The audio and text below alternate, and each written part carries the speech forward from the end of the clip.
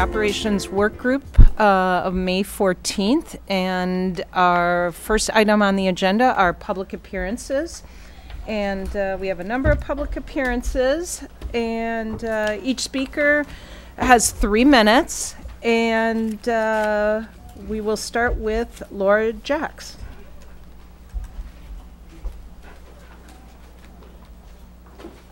Laura? Okay.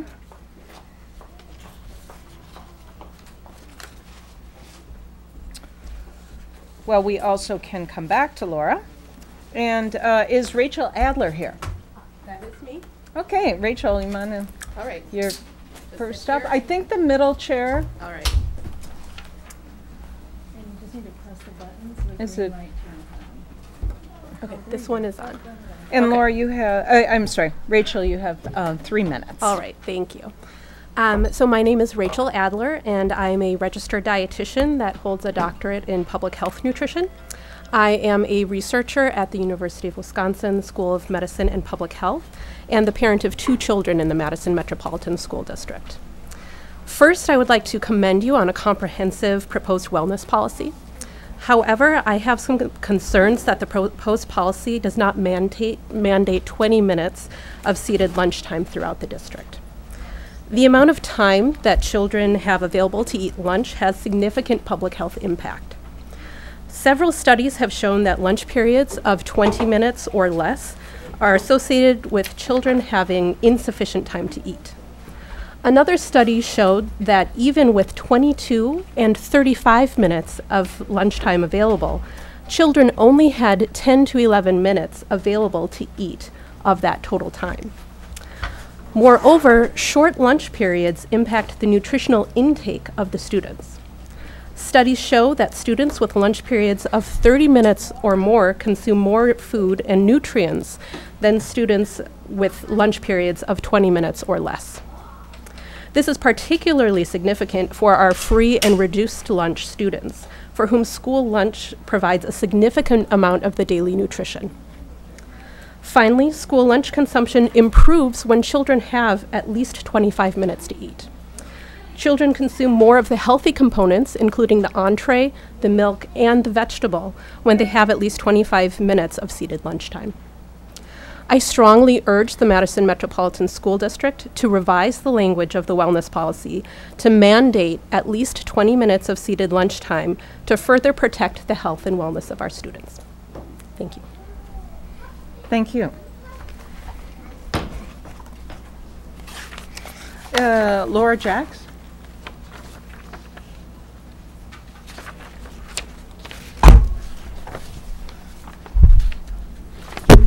Do I just talk and? Yeah, and Laura, you have 3 minutes. Okay, I can do it. I timed it. My name is Laura Jacques, and I'm an assistant professor and a physician at UW-Madison, as well as a parent of 2 children in the Madison area school district. I'm here as well to talk about the district wellness policy that's being proposed to the board. First off, I'd like to congratulate the district on drafting such a comprehensive and thoughtful policy. I do, however, have a concern around the amount of seated lunchtime being proposed. The current policy draft states that the district will work towards providing students with 20 minutes of lunch from the time the student is seated. I strongly suggest that the language "work towards" be removed and the district require 20 minutes of seated lunchtime as a mandatory minimum. The American Academy of Pediatrics, the Center for Disease Control, and the United States Department of Agriculture all recommend 20 minutes of seated lunchtime as a minimum. The amount of time isn't arbitrary. It's essential to ensuring that students have a time to eat and digest their food. The mind takes 20 minutes to register satiety. Children need to learn the important principle of eating when you're hungry and stopping when you're full. Lunchtime shorter than 20 minutes run the risk of students both overeating or undereating. Setting the stage for a healthy relationship to food and eating in the schools is essential. According to 2011 and 12 clinical data, nearly 1 in 4 students in the Madison area school district are either overweight or obese. Childhood obesity has immediate and long-term health concerns. Obese children are more likely to have poor sleep due to sleep apnea, bone and joint problems, and to be teased or stigmatized, leading to poor self-esteem. Obese children are more likely to become obese adults and incur elevated risk for heart disease, diabetes, cancers, and osteoarthritis. In addition to the risk of obesity, a short lunch period is also a health equity issue. According to the Public Health Department, in 2016, nearly 1 in 5 children in Dane County is food insecure. A short lunch period most negatively affects our most at-risk children. Children who receive free or subsidized lunch wait in line to receive their food. This can leave children with 5 to 7 minutes to eat. Because children are children, they'll prioritize better tasting parts of their lunch, like dessert, chocolate milk, and due to lack of time, throw away the fruits and vegetables and nutritious components. As this may be the best chance at a well-rounded meal for them all day, they can spend the rest of the day hungry.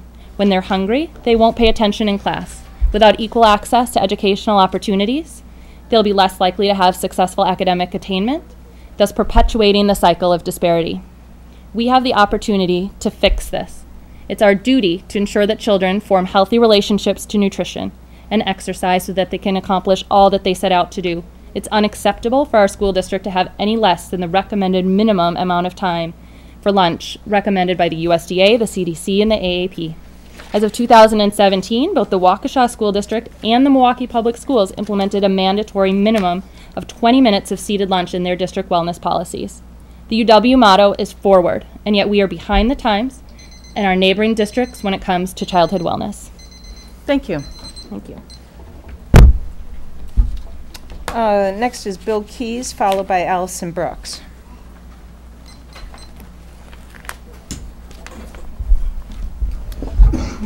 I want to thank you for the opportunity to speak to this. My education on the board, not education on the board, my serving on the board went on for 6 years, 3 of those as president. So I know something about Board of Education meetings and the priorities and the needs of the individual members. I was also on the MCAD board for 7 years. I believe I'm also an appointed member of the city ethics ethics committee. And we know the important value of seeking information, getting that information, making decisions on that information, all at open meetings. And the open meetings is critical because that way you can see things happen and why, and the public has a right to know that. You know the policy, you know my position on it because I've sent you all emails, but I would like to address the wonderful letter sent to me by Kelly Ruppel explaining the reaction. And I want to address that because it points out some problems with the policy proposal. It says, as I understand it, the intent of the was simply to codify current practice. Intent and effect are entirely different.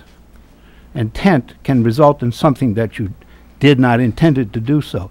When you codify it, you make it law, which locks you into it. In addition, to give the board president the authority to, in effect, tell another board member or 6 other board members that they have no right to access that information is to not have the other 6 members present at all. Just turn it over to the board president, whoever that may be. We don't know what decisions are going to be made. And your policy says bring it to the attention of the board, and it shall be brought to the attention of the board, not to the attention of the president only. We don't want to concentrate power in one place.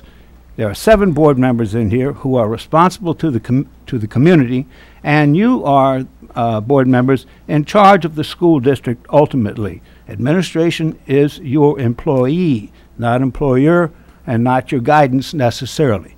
They can help you along if you need that help and if you ask for that help. Otherwise, they should not be involved in any role in guiding you without your, as I said, request, and that comes from request for information. So that's where I'm coming from, and I hope that you don't change the policy. It's a good policy that exists now. Don't codify it. You codify it, you give it rigor mortis, and it dies there on the board, and you give power to an individual over the other 6 members of the board. Thank you very much. Thank you. Allison Brooks, followed by Kathy Seiden-Thomas. How are you? I'm Allison Brooks. I am a physician at UW Health. I'm also a kindergartner parent and really enjoyed a kindergartner music program this morning. But I am speaking to you not only as a parent, but also as a physician. I'm a pediatrician by training, and I also do sports medicine. So physical activity, exercise, physical education really are near and dear to my heart. And while I applaud the school board, I think, for certainly not further decreasing any required PE time, which I know has been sort of a national trend, a lot of pressure, and so I applaud you for maintaining what we have and really actually trying to sort of push middle schools to having more recess time. I think that's really important, but I can't stress enough that physical activity really is a primary driver of physical health and wellness. And we know that we have a whole generation of kids who do not know how to move. They are not physically active. They are going to be the first generation that does not outlive their parents, and that's very concerning. And I think a big part of that is it's obesity, but the root of that, I really think, is physical inactivity. So, as other speakers have already said, you know, there's a wide variety of data showing why physical activity is beneficial for behavior, for fitness, for muscular, not just cardiovascular fitness, but muscular fitness, for academic performance, but also what we call physical literacy. So just while reading literacy is important, so is physical literacy. So if we don't allow and teach children how to move at a young age, they don't know how to move as children, they will not move as adults. And so what you learn in childhood tracks into adulthood. If you are inactive as a child, you will be inactive as an adult. I would love for, at some point, the board to see that daily PE be a goal. I understand that's a really tough challenge with everything else that you have to achieve with the curriculum, but thinking about that being a goal, because that would be meeting the policy that I consider my good book, as the American Academy of Pediatrics, which I really think has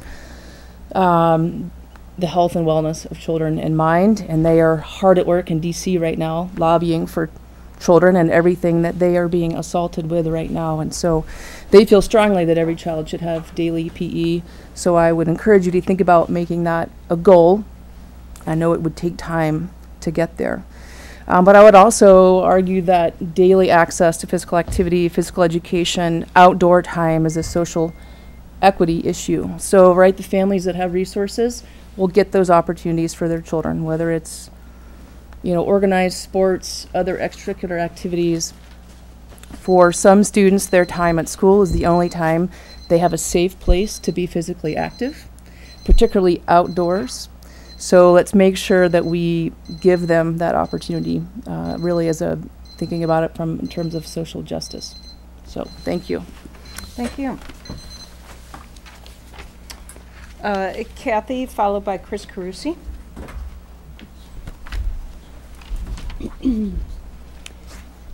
Hi there. My name is Kathy Seiden-Thomas, and I'm here as the parent of a third grader at Randall, the co-founder of the Franklin Randall Wellness Committee, and a professional who supports a statewide network of school and community stakeholders who are working together to create healthier school environments. More than 3 years ago, I joined Ashley Riley and Sally Zerbel-Donish on an MMSD team at a Healthier Schools workshop. And as we learned and discussed national and local best practices, we were convinced that integrating health and learning, rather than keeping them separate and siloed, could reduce behavioral referrals and chronic absenteeism to keep students in the classroom and increase engagement and focus to improve academic outcomes. Sally and Ashley were excited about applying this learning then, and I haven't seen them rest a minute since. So I'm here today because I'm excited to see the strong wellness policy that they've developed that integrates health and learning through the whole school, whole community, whole child model, or the WISC model, which is much easier to say. I've heard firsthand from school and district administrators in Wisconsin and across our country that a strong wellness policy combined with an implementation of the WISC framework leads to improved outcomes. I recently heard this: we can't reduce the achievement gap if we don't have healthy students in the classroom, healthy staff to teach them, and a partnership with families and community stakeholders. I think the WISC framework helped to make this happen for us. I would also like to encourage you to connect the policy to the new strategic framework. I had the privilege of participating in last week's strategic session, and while I applaud the anti-racist language and clear goals, I don't think we will reduce disparities or achieve equity without integrating health and learning. I'd like to offer just a couple points of connection that I see between the wellness policy and the framework, and I'll reference the shifts for those of you who know them. So shift 2, focusing on staff retention. Staff wellness is an integral piece to this. Staff 3 strengthens the intervention system, but physical health needs to be added to the list of areas there. Shift 4 creates a community coalition, and the WISC framework clearly identifies the need for community to partner. And then finally, connecting the wellness policy to the multi-year SIP will keep the whole child at the center of the map. The proposed wellness policy will provide a framework for planning and decision-making that centers the child so that all students are healthy, safe, engaged, supported, and challenged. If that is our compass, then I believe we will achieve our vision of thriving students and families. Thanks. Thank you. Chris, followed by Katie Walsh.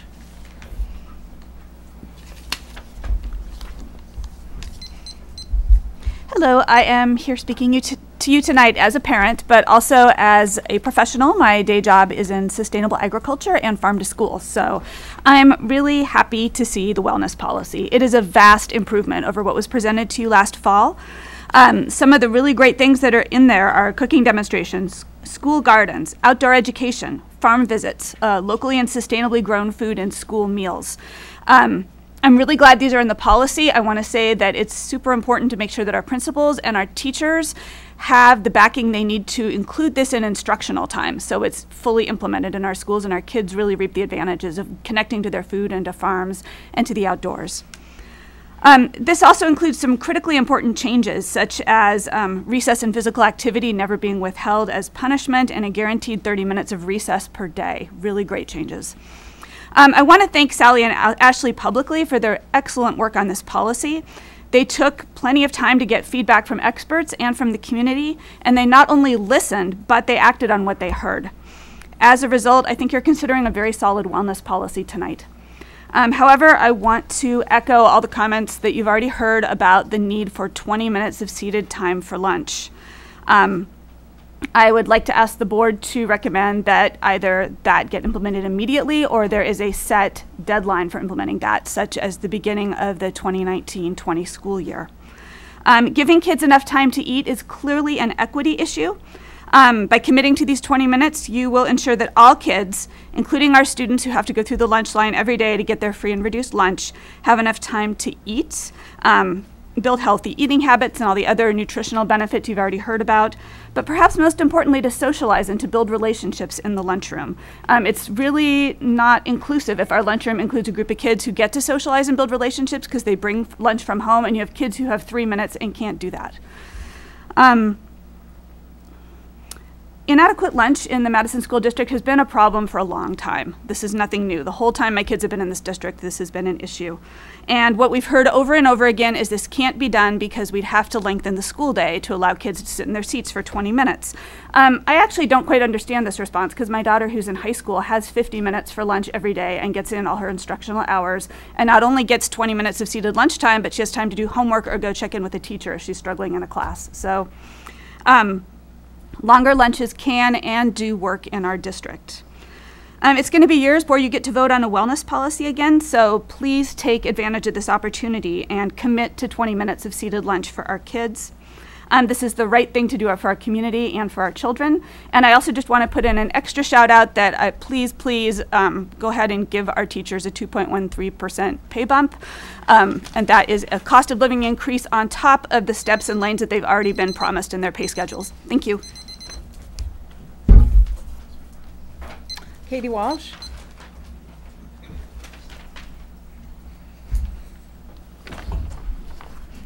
Hi. My name is Katie Walsh. I'm an elementary art teacher at Muir Elementary, and I'll be speaking to 2 topics today. The first is a policy proposal change stating the board president may deny or alter any request for information. I emailed you all regarding this morning.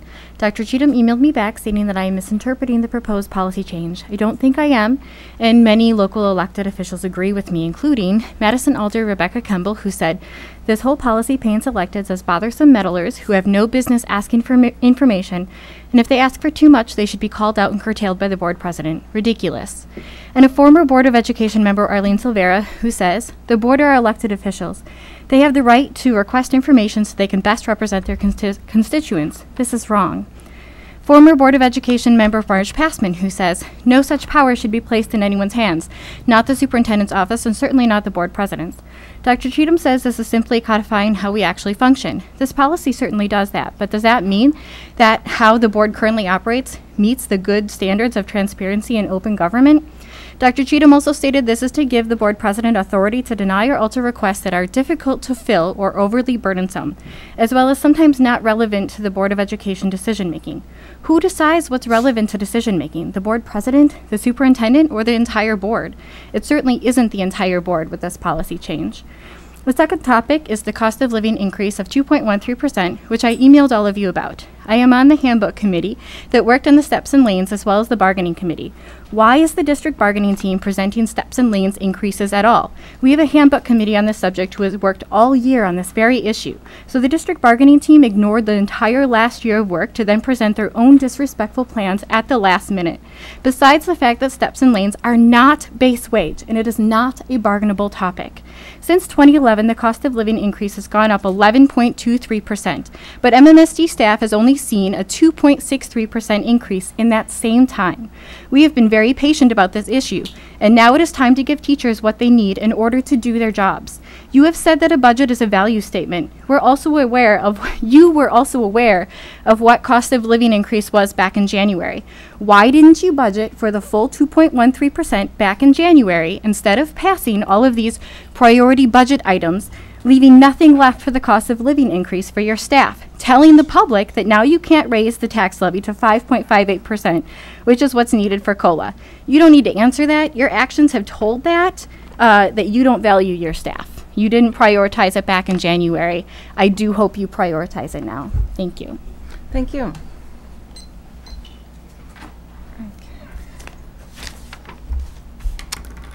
That finishes up public appearances, and the next item on the agenda is the approval of minutes. I move that the board approve the minutes dated December 11th, 2017. Second. All in favor? Aye.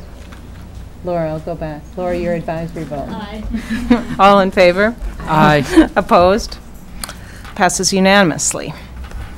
And then on to the 2018 proposed preliminary budget review and input. So this is not a presentation. It's a fairly short, brief review, as it's called by Mike, just pretty much saying where we're at and asking board input with regards mainly specifically to the process and ideas around budget amendments. Thank you, Mike? Mary. That sounds like you want me to keep it short. Okay, message received. So we are now in that May-June window where the board has received the administration's draft of the preliminary budget. There's about 6 weeks to go between now and the scheduled June 25th adoption of a preliminary budget. The budget is on the website, and the portal for input and commentary on that budget was opened just recently as well. I know I go in there and make all sorts of complimentary comments about the budget under Mike Barry, Barry Michael, you name it. There's several references in there. I want to take just a few minutes, make a couple of comments about the budget in general. I want to comment on personnel costs, which we've already been mentioned a couple of times this evening. A little bit on 2X charters, which I know is a high interest item for the board. Kind of a warning about, or a disclaimer around tax levy between now and November. And then a little preview about what's ahead for the next, I think, 3 years, actually, to keep in mind. So I'll start with personnel costs. Really 3 components to personnel cost in this budget. I mean, very simply, there's the staffing plan itself, there's the benefit plan, and there's the salary plan. That's it. Those are the 3 components. They're there every year. This budget draft, we think, has a really solid staffing plan. It conforms to the new board policy on class size. We've done a lot of work to eliminate outliers on the high and low end. It's an area that we've invested a lot in over the last couple of years, and that we have been determined to keep an adequate reserve for sort of August and September shifts in enrollment. So we view the staffing plan as a real positive in this proposal. The benefits piece also, as you know, in this budget, we maintain the benefit plan in full for all employees. It protects our employees from any increase in the cost of health insurance. That was a major decision on our part. It's a $2.5 million decision, but it was a high priority for us. And we're pleased to have accomplished that. Employees in our district, we are pleased to say, pay approximately 3% of the cost of health insurance, whereas many of the districts around us and across the state are paying 10 to 12%. It's one of the things that makes Madison a little more attractive as an employee and as an employer, and we're proud to keep that. Third, the salary and wage piece. So this is a third of three. This budget, as you know, funds step and lane advancement, which is, as noted in the employee handbook. If you convert that to an across-the-board increase, it's about 2% in take-home pay, 2% increase. The range of step increase is very wide, and the teachers alone, it's anywhere from 0 to 9% on steps. 0 to 9. So people have different perspectives on steps based on how they experience them. It is, however, we think, a significant part of the budget. It's the largest single claim on new dollars in the 18-19 budget. It is the ultimate strategic priority to fund step and lane movement. In addition to that, we put in an across-the-board wage increase of 0.5% on base wage, and then a targeted strategy for $1.1 million for hard-to-fill positions. We think that the salary position in this opening budget is mostly a positive. You've already heard that at 0.5% base wage, staff, employee representatives would like to see a 2.13% increase in base wage in addition to steps and lanes and benefits and other things. So therein lies the rub, and that's what the board will deal with over the next 6 weeks. It wouldn't be a budget if we didn't have some priorities bumping into one another. That's what happens in budget. And obviously we want to act in goodwill, transparently, and in a way that's respectful of our colleagues. We will figure a way out over time. I had once a budget, budget topics attract young and old. Start them young, right? Right. I had once a budget controversy over a new swimming pool that was either going to be 6 lanes or 8 lanes wide, and somebody proposed a compromise of a 7-lane wide swimming pool, which would have been the only 7-lane wide swimming pool in the state. That's not necessarily the kind of compromise we're looking for. We just pledged to work together and get this resolved, and do so in a way that respects our colleagues. So that's where we're at on the personnel piece. Much more to come. On the 2X charters, as you know, we have a $1.5 million placeholder in this budget because we have to pay for that. The key variable is going to be enrollment generally in the 2X charters, and how many of those enrollees are transfers from MMSD into the 2X charters. It affects us financially a little bit differently. The arrival of these 2X charters is really what bumped the tax levy from its 4% to current 4.58% posture. All we can do is confirm that it's an area of high interest. We are monitoring it. We'd like to focus on it a little bit at the June operations work group. We're trying to get more information on enrollment in particular. Third of 4 topics, the tax levy. This is a bit of a disclaimer. We have a tax levy at 4.58% projected for adoption in late October. There's a lot of things that will happen between now and late October. The tax levy is influenced by enrollment, by state aid, by total expenditures. So we think it's a fair and accurate estimate, but it is ultimately an estimate, and we will update it as we go along. Last point, a look ahead on revenue. This is, I think, really important. Looking ahead 3 years. 18-19 is the budget year that's in question right now. We actually think that is the most favorable, probably, of the 3 years ahead. For 18-19, you have $5.5 million of state support built into the budget. You have $8 million of local levy authority. And you even have the probability of some TID one-time revenues coming from the city. Okay? So that is, all things considered, a fairly positive revenue scenario. Doesn't mean we can do everything, but at least it's better than, well, better than the alternative. Let's look another year out, the 1920 budget. First year of a new state budget, the 1921 state budget, about which we know nothing in terms of how it will fund K-12. We just don't know. So you've got this variable of not knowing what the state budget's going to be. We do know that we will have the second and final $8 million of the local authority that was given to you by the community. That's a big plus for the 1920 school year. We don't expect to have any TID money in that year. So the deterioration in the position is really around our uncertainty of the state budget. Then finally, 3 years out, we don't know where the state budget's going to be. That would be year 2 of the state budget. We will have no additional levy authority. We'll have run out by that point. And we don't anticipate any TID revenues. So you can see the position either becoming more uncertain or less favorable as we go along. That's on our minds, and it was implicit in our strategy overall in our opening budget to kind of preserve some of our levy authority and maybe smooth it out and push it forward.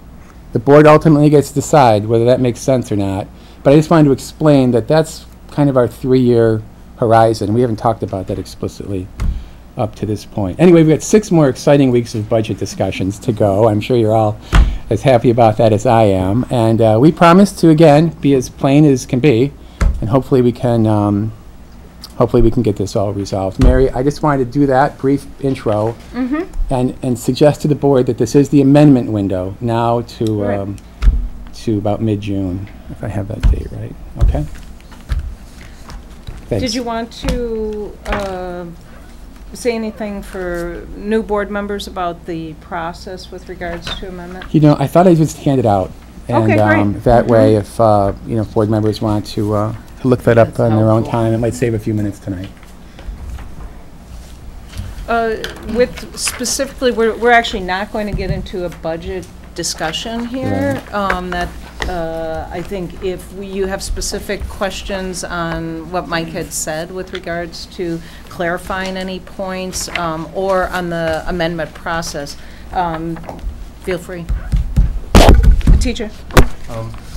I didn't realize, it was hard to tell from the agenda how this was going to go, but two or three of the things I have on my list fit what Mary said, and one of them was, one of the things I've been really big writing is multi-year. And I appreciate that you spoke about the multi-year budget outlook. Can we have something in writing both for ourselves and the public on the multi-year budget outlook, and maybe even with projections with you know, continue $100. You know, I mean, what was it? 3 years ago, 4 years ago, it was $100 categorical aid, some kind of numbers around that. I mean, I don't think we're going to see a zero state, right? But, you know, but some conservative projections with $100, $150 kind of categorical aid or increase in levy limit or that kind of thing. If we could see, go 3 years out, I think that would be really helpful for all of us, and to have that as an addendum to the budget. Yeah. We're trying to get the Baird model to allow that 3rd year, Push it out. and Cool. I think we can show it before the June operations work group. Second thing is that, do we have, you spoke of 2Xs, do we know if Lighthouse is considering increasing enrollments and what the voucher impacts? Different than an independent 2X charter, right? Right. I can tell you that the enrollment at the private voucher, the Lighthouse, has increased over the last couple of years. I don't have a projection that's based on anything other than we took the numbers and just looked at the trend and pushed it forward in the proposal. And I can look up the exact numbers and show them to you. And then the last thing is when we talk about levy increases, there's a lot of different ways we can talk about that. We can talk about the dollar amount, we can talk about dollar amount percent change, we can talk about mill rates, we can talk about mill rate percent changes, and things like that. And I guess that because the levy changes impact different people in different ways, I'd appreciate it if we can kind of present 3 or 4 of those side by side so that people can, you know, kind of piece them together themselves. And I know the Sure. budget itself has them in different places, but kind of side by side helps that, mill rate changes are different than total levy changes. So, Yes, of course. So anyway, that's the last thing on the things that fit fair what enough, you said yeah. tonight. The other ones I'll set aside. Sounds good. Thank you. Dean? Yeah, thanks. Mike, two things. I appreciate your comments about the unknowable budget a year and two from now. And I hope that people put the connections in that between now and then when that next budget comes out, there will be elections on a statewide venue, and it's important who sits in at the Capitol, that that people that are there support public schools, and in that budget reflect the value of the voters. So if you're people out there listening, that means we need to get involved and expand that community concept and recognition of how significant who sits there, who makes that budget, and who votes on it are to our own well-being, to use the phrase. The other thing is, we got an email over the weekend or today that suggested that we are underspending this budget, and would you be able to perhaps prorate that to the end of the year as an estimate and give us what kind of savings we might be able to anticipate before we vote in June at the meeting on it? That's a possible rolling that into some other things that I think we'd all like to know and consider. That's right. Happy to do it, yeah. I think we reported on third quarter financials just last week. Yeah, We got it over and, the weekend. yeah. There wasn't a number attached, but it said that it was favorable, Yeah. that we were underspending, which is good work for you. And then there's potential there to That's right. access that, That's right. which could help us. Okay, Sure. so Mike, I think you have a few things to follow up on? I do, thank you, appreciate it. Okay, great.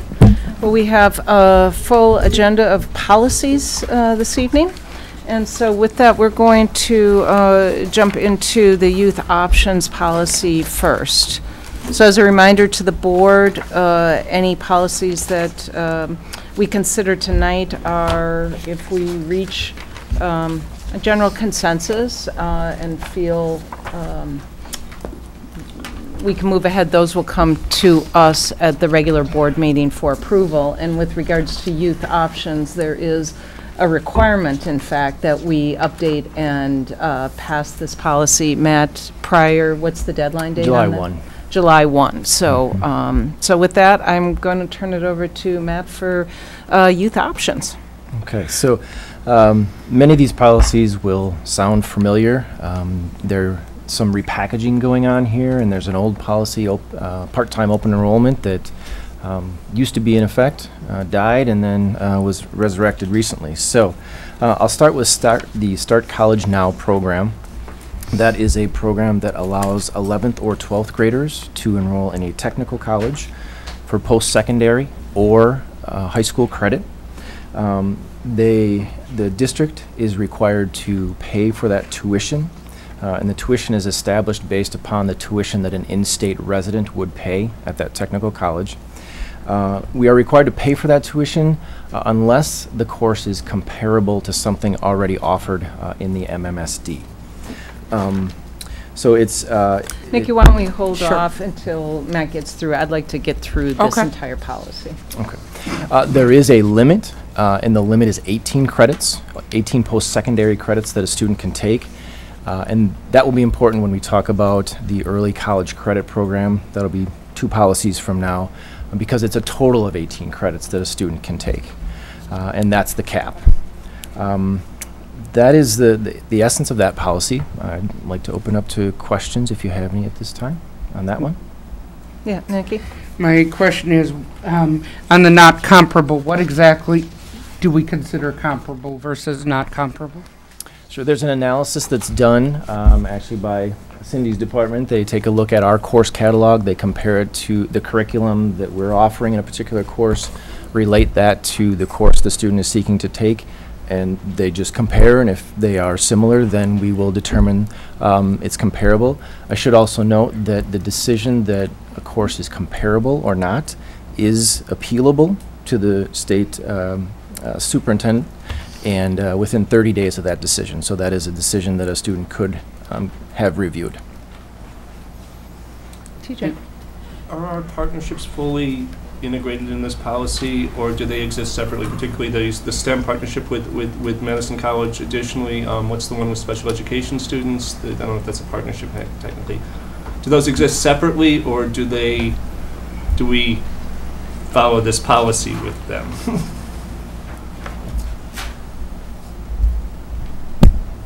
Those partnerships exist separately. There are components of those partnerships that can fold under this new policy going forward, but those are separate partnerships right now.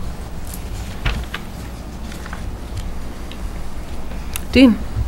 Well, following up on that, why do we limit it at 18 credits? The STEM program will not be, they'll be getting more than that, and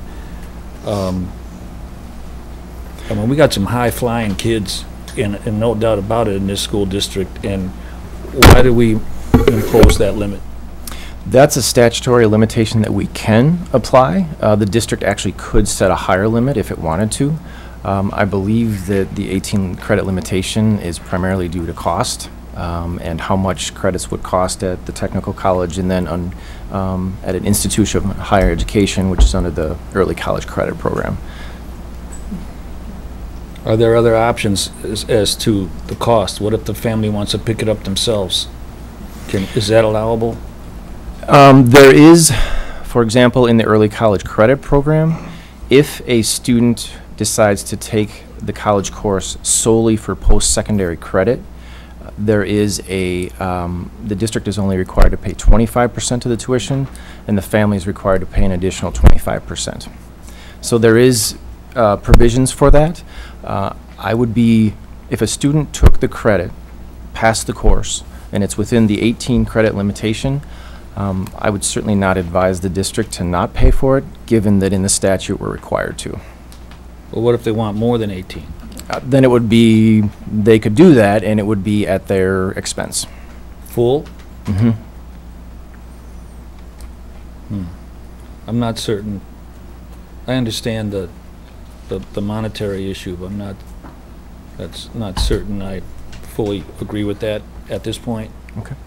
It seems like we're closing off an opportunity and an option for some of our children to take advantage of this and move quicker, which many of them can do. So I'm not certain. I have to think more on that and maybe talk with some of the other board members. And is there a way to get an estimate about how many students this might be and how much it might cost if others want to take this up? You know, how close are we to having students that are in this program hit 18 and at maybe at a junior they're already got 18, and then a whole nother year of, you know, how many So Dean, students I are we think talking? let's, so what, I think what Dean, if we can get to the cost of adding additional, how much additional is each credit, roughly does that cost, and, or 3 credit, and how many students do we have in that? Yeah, Potentially in that hit the max. Yeah, I think one important thing to note, which we'll talk about in the next policy, is under the current policy and under current legislation, it was only accessible for 11th and 12th graders. So we rarely saw students even maxing out at 18 credit. I think there's a different conversation when Matt talks about the next policy, what that may mean. And for UW and Edgewood, there's a discounted credited cost per credit, and then for Madison College, we pay the regular credit costs. Okay. So we haven't seen a child max out yet. Teacher? I see this one that we may deny access to students with disabilities. Mm-hmm. Speaking to all 3 policies, Is that the case with all three, or is that, I mean, is there, if they're denied in one place, can they be denied in all three places, or is that simply this one policy? There's different denial decisions regarding students with disabilities for each different policy, and I can go through those when I go through the other ones. This one, for the Start College Now program, it's if the cost Undue of costs. undue cost, exactly. Yep. And who determines the undue cost? Is that our decision? Yes, it is our decision. Yep. And is it appealable? Yes. Nikki? How does that work with FAPE if it's a free appropriate public education and the child happens to be advanced but require special needs? How much do we still pay the full cost? Do we still pay part of it, or can we still deny on that basis?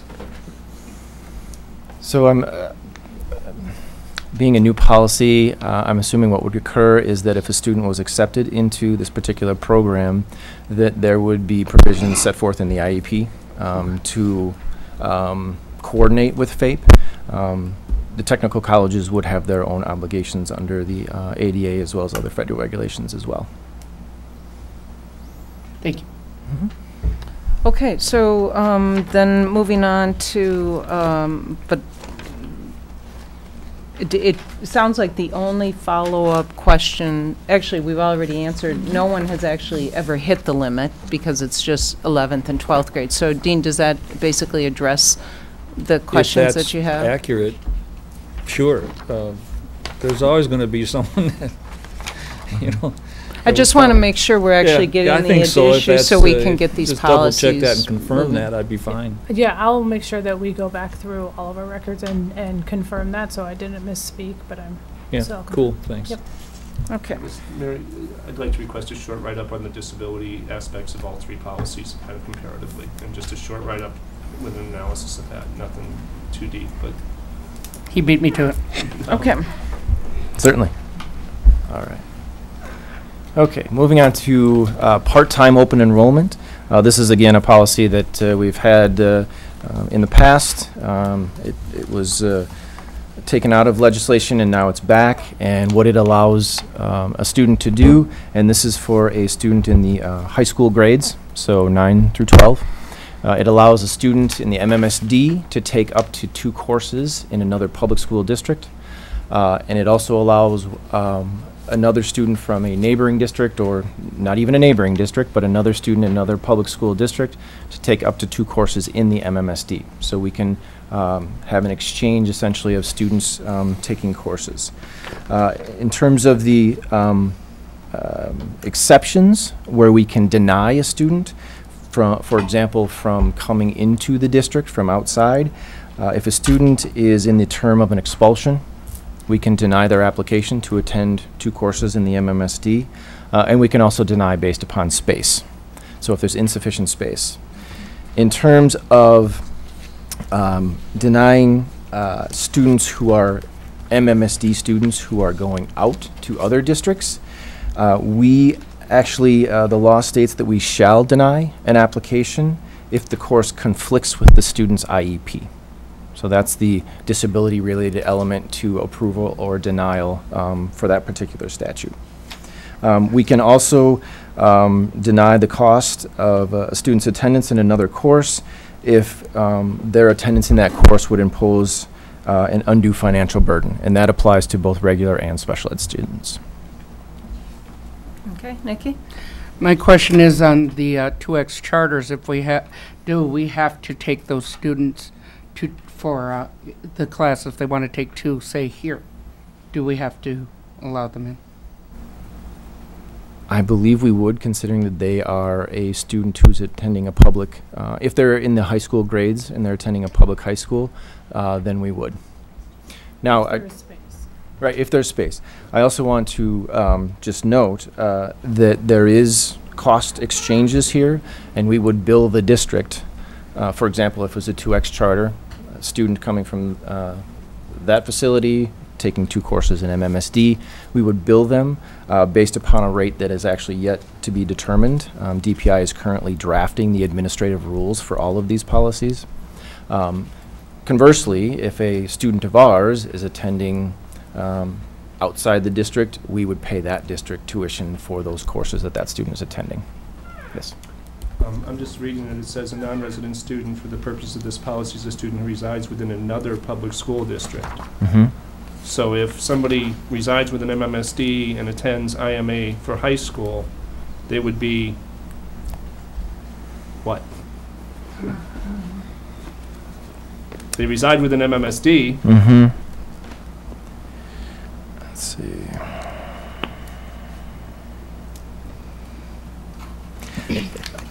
That probably needs to be amended to enrolled. Okay. I believe it's enrolled. All right. Yeah, because if they're enrolled in another public school district, that's when they're entitled to then attend the 2 courses in another.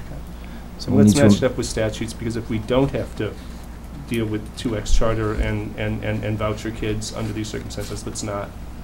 If we Sure. do, let's do it. So let's double check statutes Sure. and match it. Sure. Okay.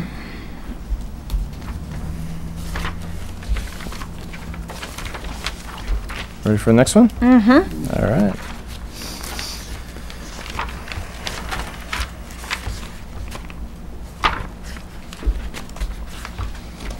Okay, the next one is the Early College Credit Program. This entitles a student in the 9th, 10th, 11th, or 12th, which is what Cindy was referring to. This used to be limited to 11th and 12th graders. It is now open to any high school student, high school age student. And they are allowed to enroll in what's known as an IHE, or Institution of Higher Education. That's defined as a institution within the University of Wisconsin system, a tribally controlled college, or a private nonprofit institution of a higher education located in this state. They are allowed to enroll for both post-secondary and high school credit. If they enroll for high school credit, the district is required to reimburse or pay for 75% of the course, and the state is required to reimburse us for 25%. So how that works is we pay 100% up front, and we would get 25% reimbursement from the state. However, there is a provision in the statute that says that if the appropriations for this program are insufficient, that 25% will be prorated across districts with students who are seeking to use this program. So whether we actually get 25% or not is yet to be seen. Similar to the Start College Now program, we are not required to pay any monies if the course that the student seeks to take at the college or university is comparable to a district course. And that same analysis in which we would review the curriculum and see if it's similar.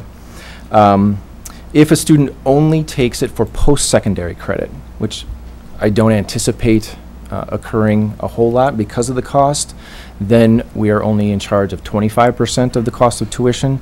The parent is in charge of the other 25%, and then the state is responsible for the remaining 50%. Can you put that in writing also? In there? Sure.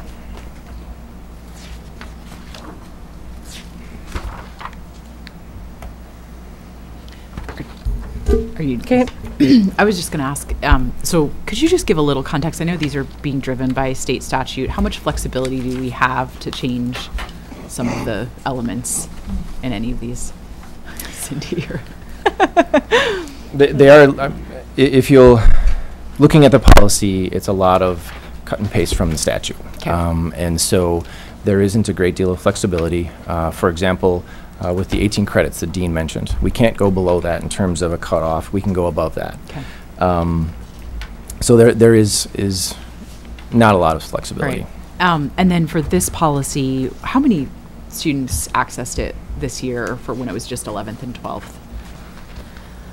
I don't know the exact number, but I can get it for you. I think that, as I said before, what's new about this policy is now that it goes down to 9th grade and is accessible in the summer, which we've never been able to have students access it in the summer. So you have down to 9th grade and you have summer. We have always had local funds that go towards this to supplement for when and if we get reimbursed by the state.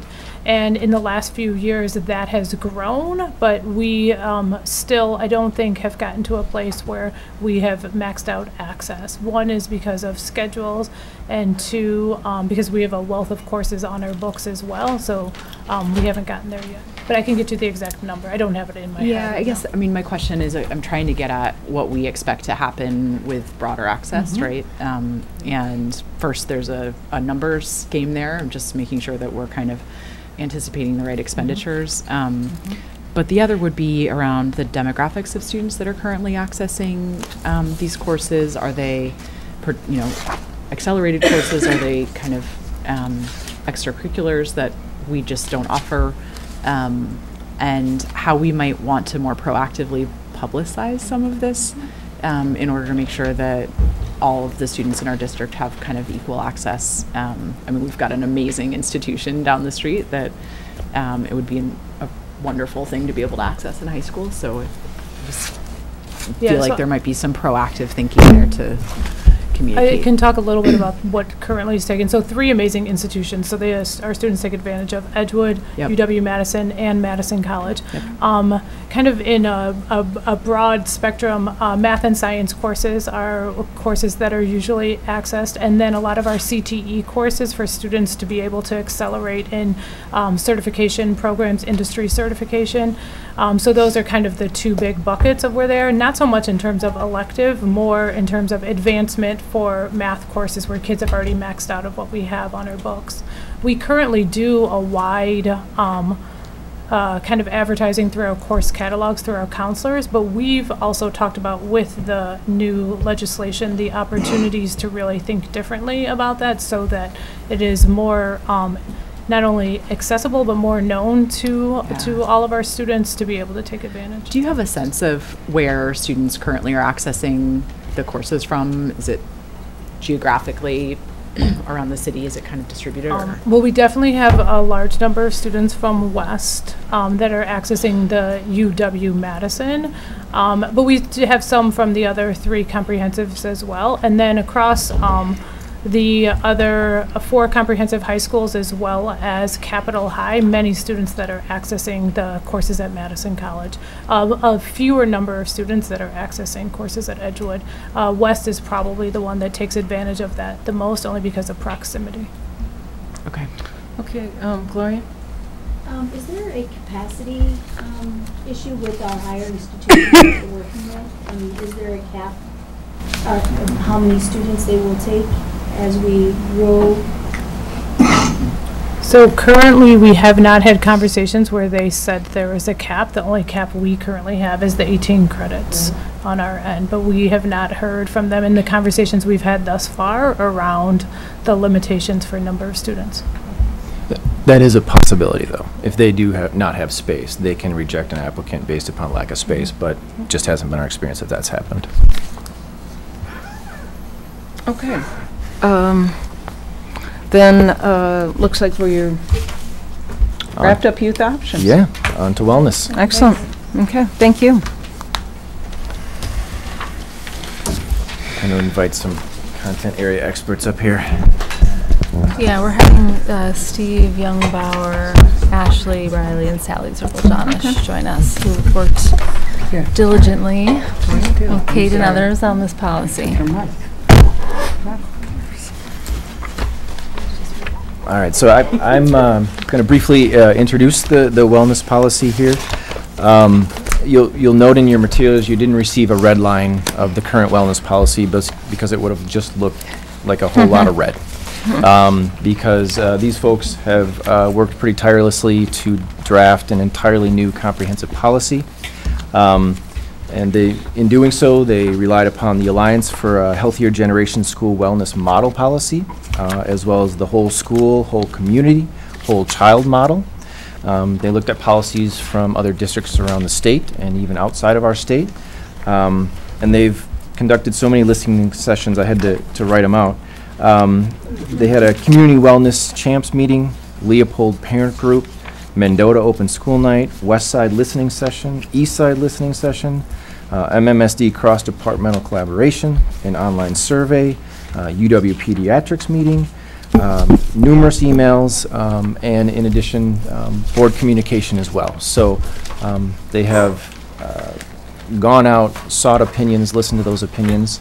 And I think you have the policy. There's a grid that lists the old policy, new policy, and then the actual policy. And so at this time, given that you've got that, and with that intro, I'll open it up for questions and comments that you might have. Matt, could we put that, just so when people are referring to a specific area, I don't know if you want to put up on the screen the specific policy or the matrix, the side-by-side review, just so that when someone refers to a particular area, we might be able to bring it up. Kate? Yeah. So first of all, thank you. This is, I know you have worked quite a lot on this, and so I think all of us are grateful for the amount of effort that you put into it, and I know many of our community partners have reached out and shared their support for this policy, which is a testament to your work, because that doesn't always happen, so thank you very much for that. I'm really pleased with how this worked out. I know we've worked a lot on it. I have, I think, 2 areas that I wanted to kind of raise for the group tonight. The first may be keying off of some of the commentary earlier today around school lunch. And I want to talk about 2 things with school lunch. I want to talk about quantity as well as quality. So quantity of time, but also quality of the food. And so the quantity question, I think, is going to come up. I would like to make a statement in this policy that we're going to commit to more seated lunchtime. I also have a question around more recess time. And so I think the question for you is, as professionals, as wellness professionals, which is better, right? And I know that's an incredibly challenging, like there's no right answer, and we have only so many minutes in the day. We're gonna have to make a decision. And so I know we had started playing with 10 more minutes of recess. We're talking about more minutes of lunchtime. How would you try to balance that? Sorry, I didn't start with an easy question. So.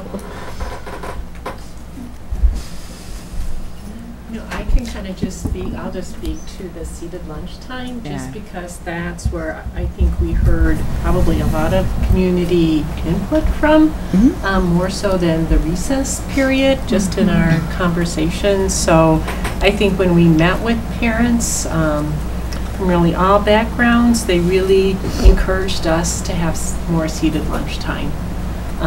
And then, you know, just talking with the professionals, some of the UW physicians that we met with, they also really encouraged the 20-minute seat time. So I also believe that recess and physical activity is really important. But I'm wondering if there's ways that we could increase that throughout the school day with more active classrooms and more outside environmental studies and some of those other ways that might be added to the school day. Okay. No, that's a really helpful answer. So I guess, I mean, from my perspective, I'd love to see this come up for a vote with a commitment to have 20 minutes of seated lunchtime by a certain year, and look to you to recommend what year we can do that. I know it does involve significant changes to our holistic scheduling, which is not an easy task. So I would love for that to be what comes, and we can have a dialogue about that. I think while we're on this topic, I think we should stay on this topic. I think we've heard from the public speakers one consistent voice on that. I'd like to hear how we came up with the policy that we did. What are the issues? What are the issues with adding to the school day, or is it as easy as extending the seated lunchtime? Yeah, I can address that to some extent. I did touch base with not only these guys, but our teaching and learning team earlier today.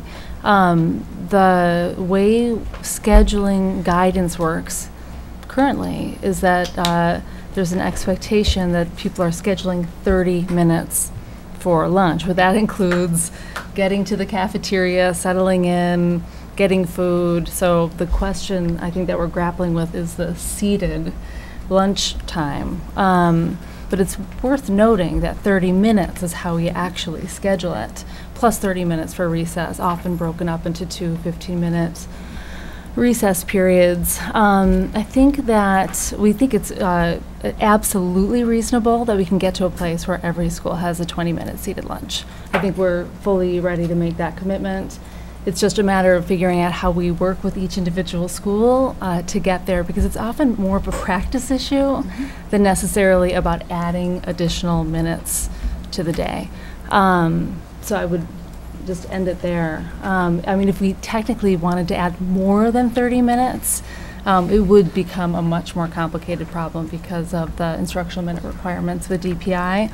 But we think we can get there with a 30-minute block as it stands. It's more of a practice issue, and working with each individual school. They're all different, with different challenges and different approaches.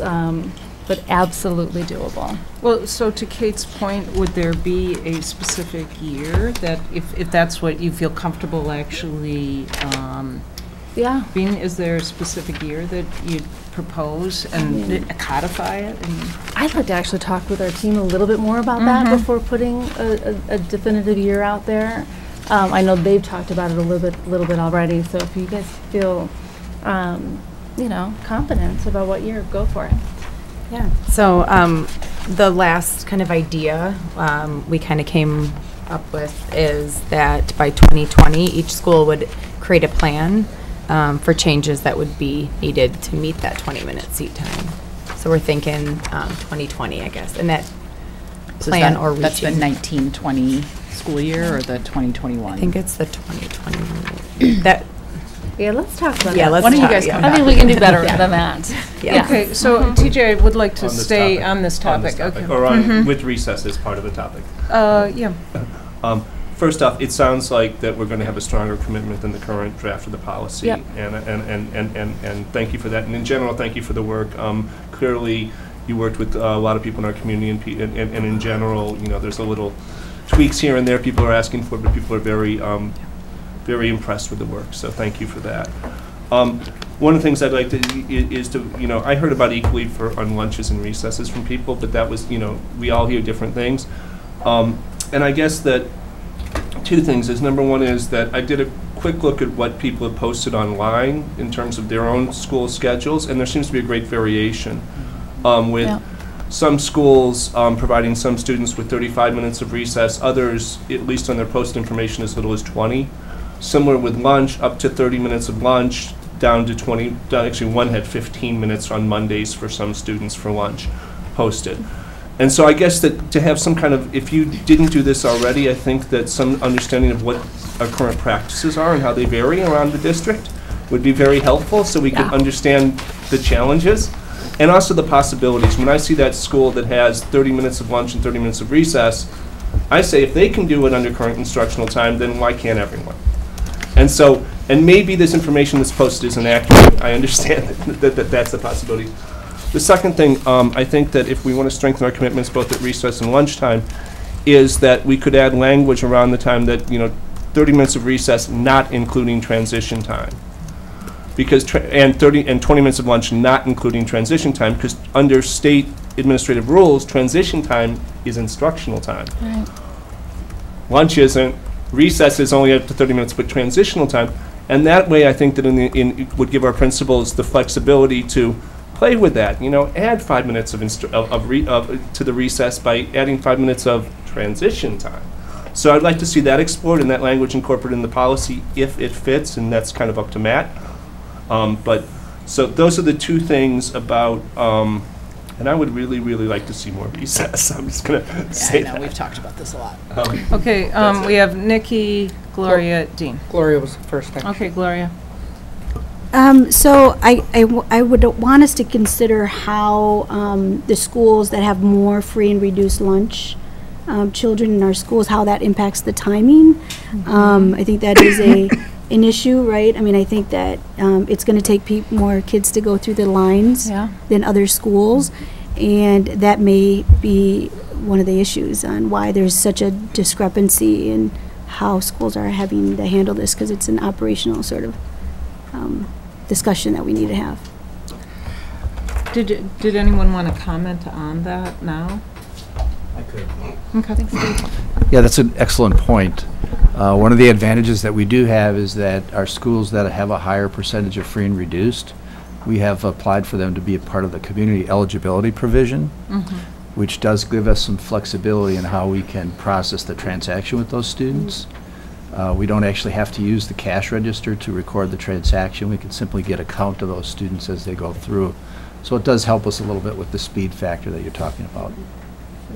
Thank you. I have one question, one comment, so I'll do the comment first. I want to say thank you for the great work. I also want to say thank you as having clients and knowing myself that having to be kept in for recess doesn't help anyone to I think that's honestly, I think that's a great idea. But the other issue, and I thought of it when Gloria was speaking, was what happens when someone can't pay their lunch bill? Do we still give them food? Do we not? I never did quite understand that, and I just wanted to make sure. Several years ago. Steve, do you want to talk? Sure. Yes. What we believe is that a student not having money for that meal shouldn't be something that we address in the cafeteria with the student. That's an issue that we work very hard at communicating with parents, working with them to see if we can provide assistance and possibly help them to fill out the application for aid for that student.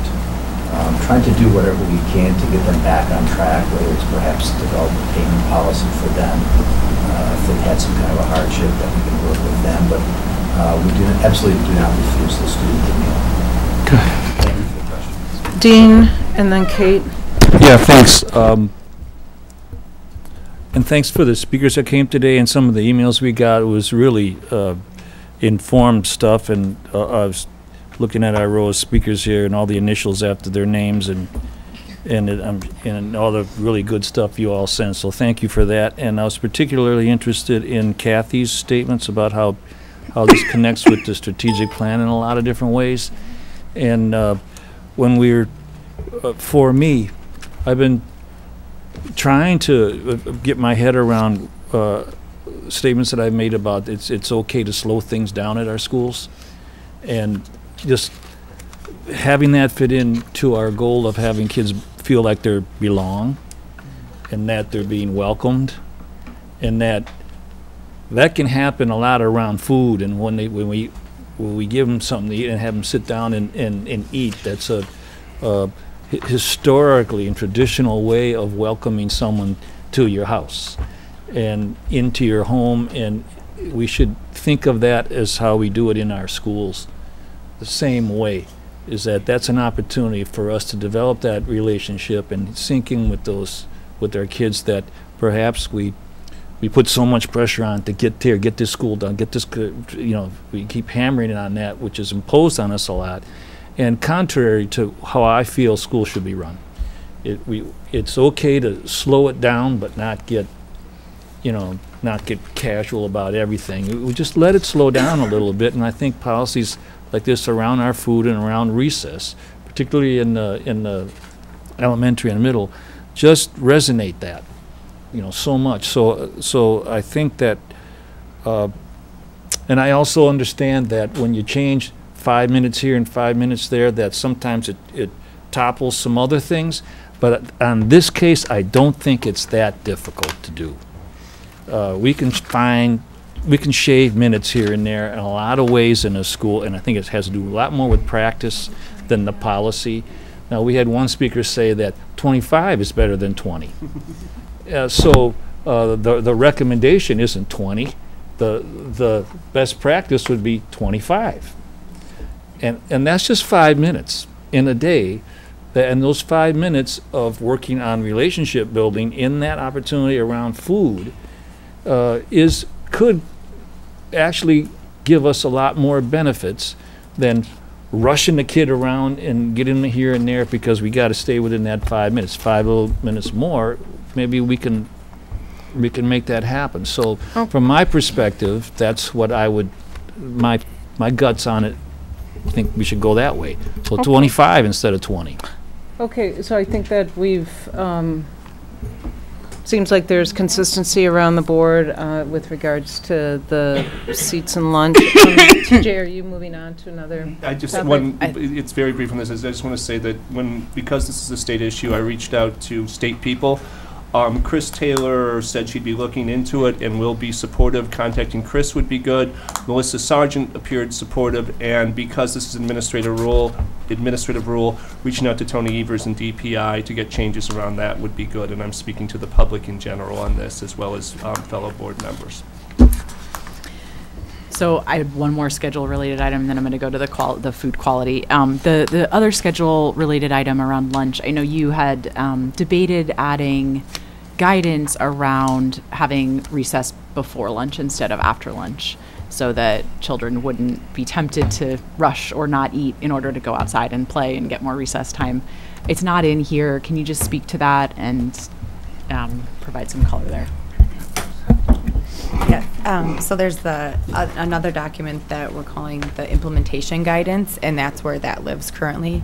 That's not specific in the policy. Is there a reason it's not in the policy? I think just because, I think to give schools flexibility, I think that's probably the main reason why, it's offered as guidance. Do you guys have a sense of how many schools operate which way right now? Is it the majority? I can't give you a number, but I can tell you that it's becoming more and more prevalent. Each year I see more and more schools adopting that practice. Recess before? Yes, yes.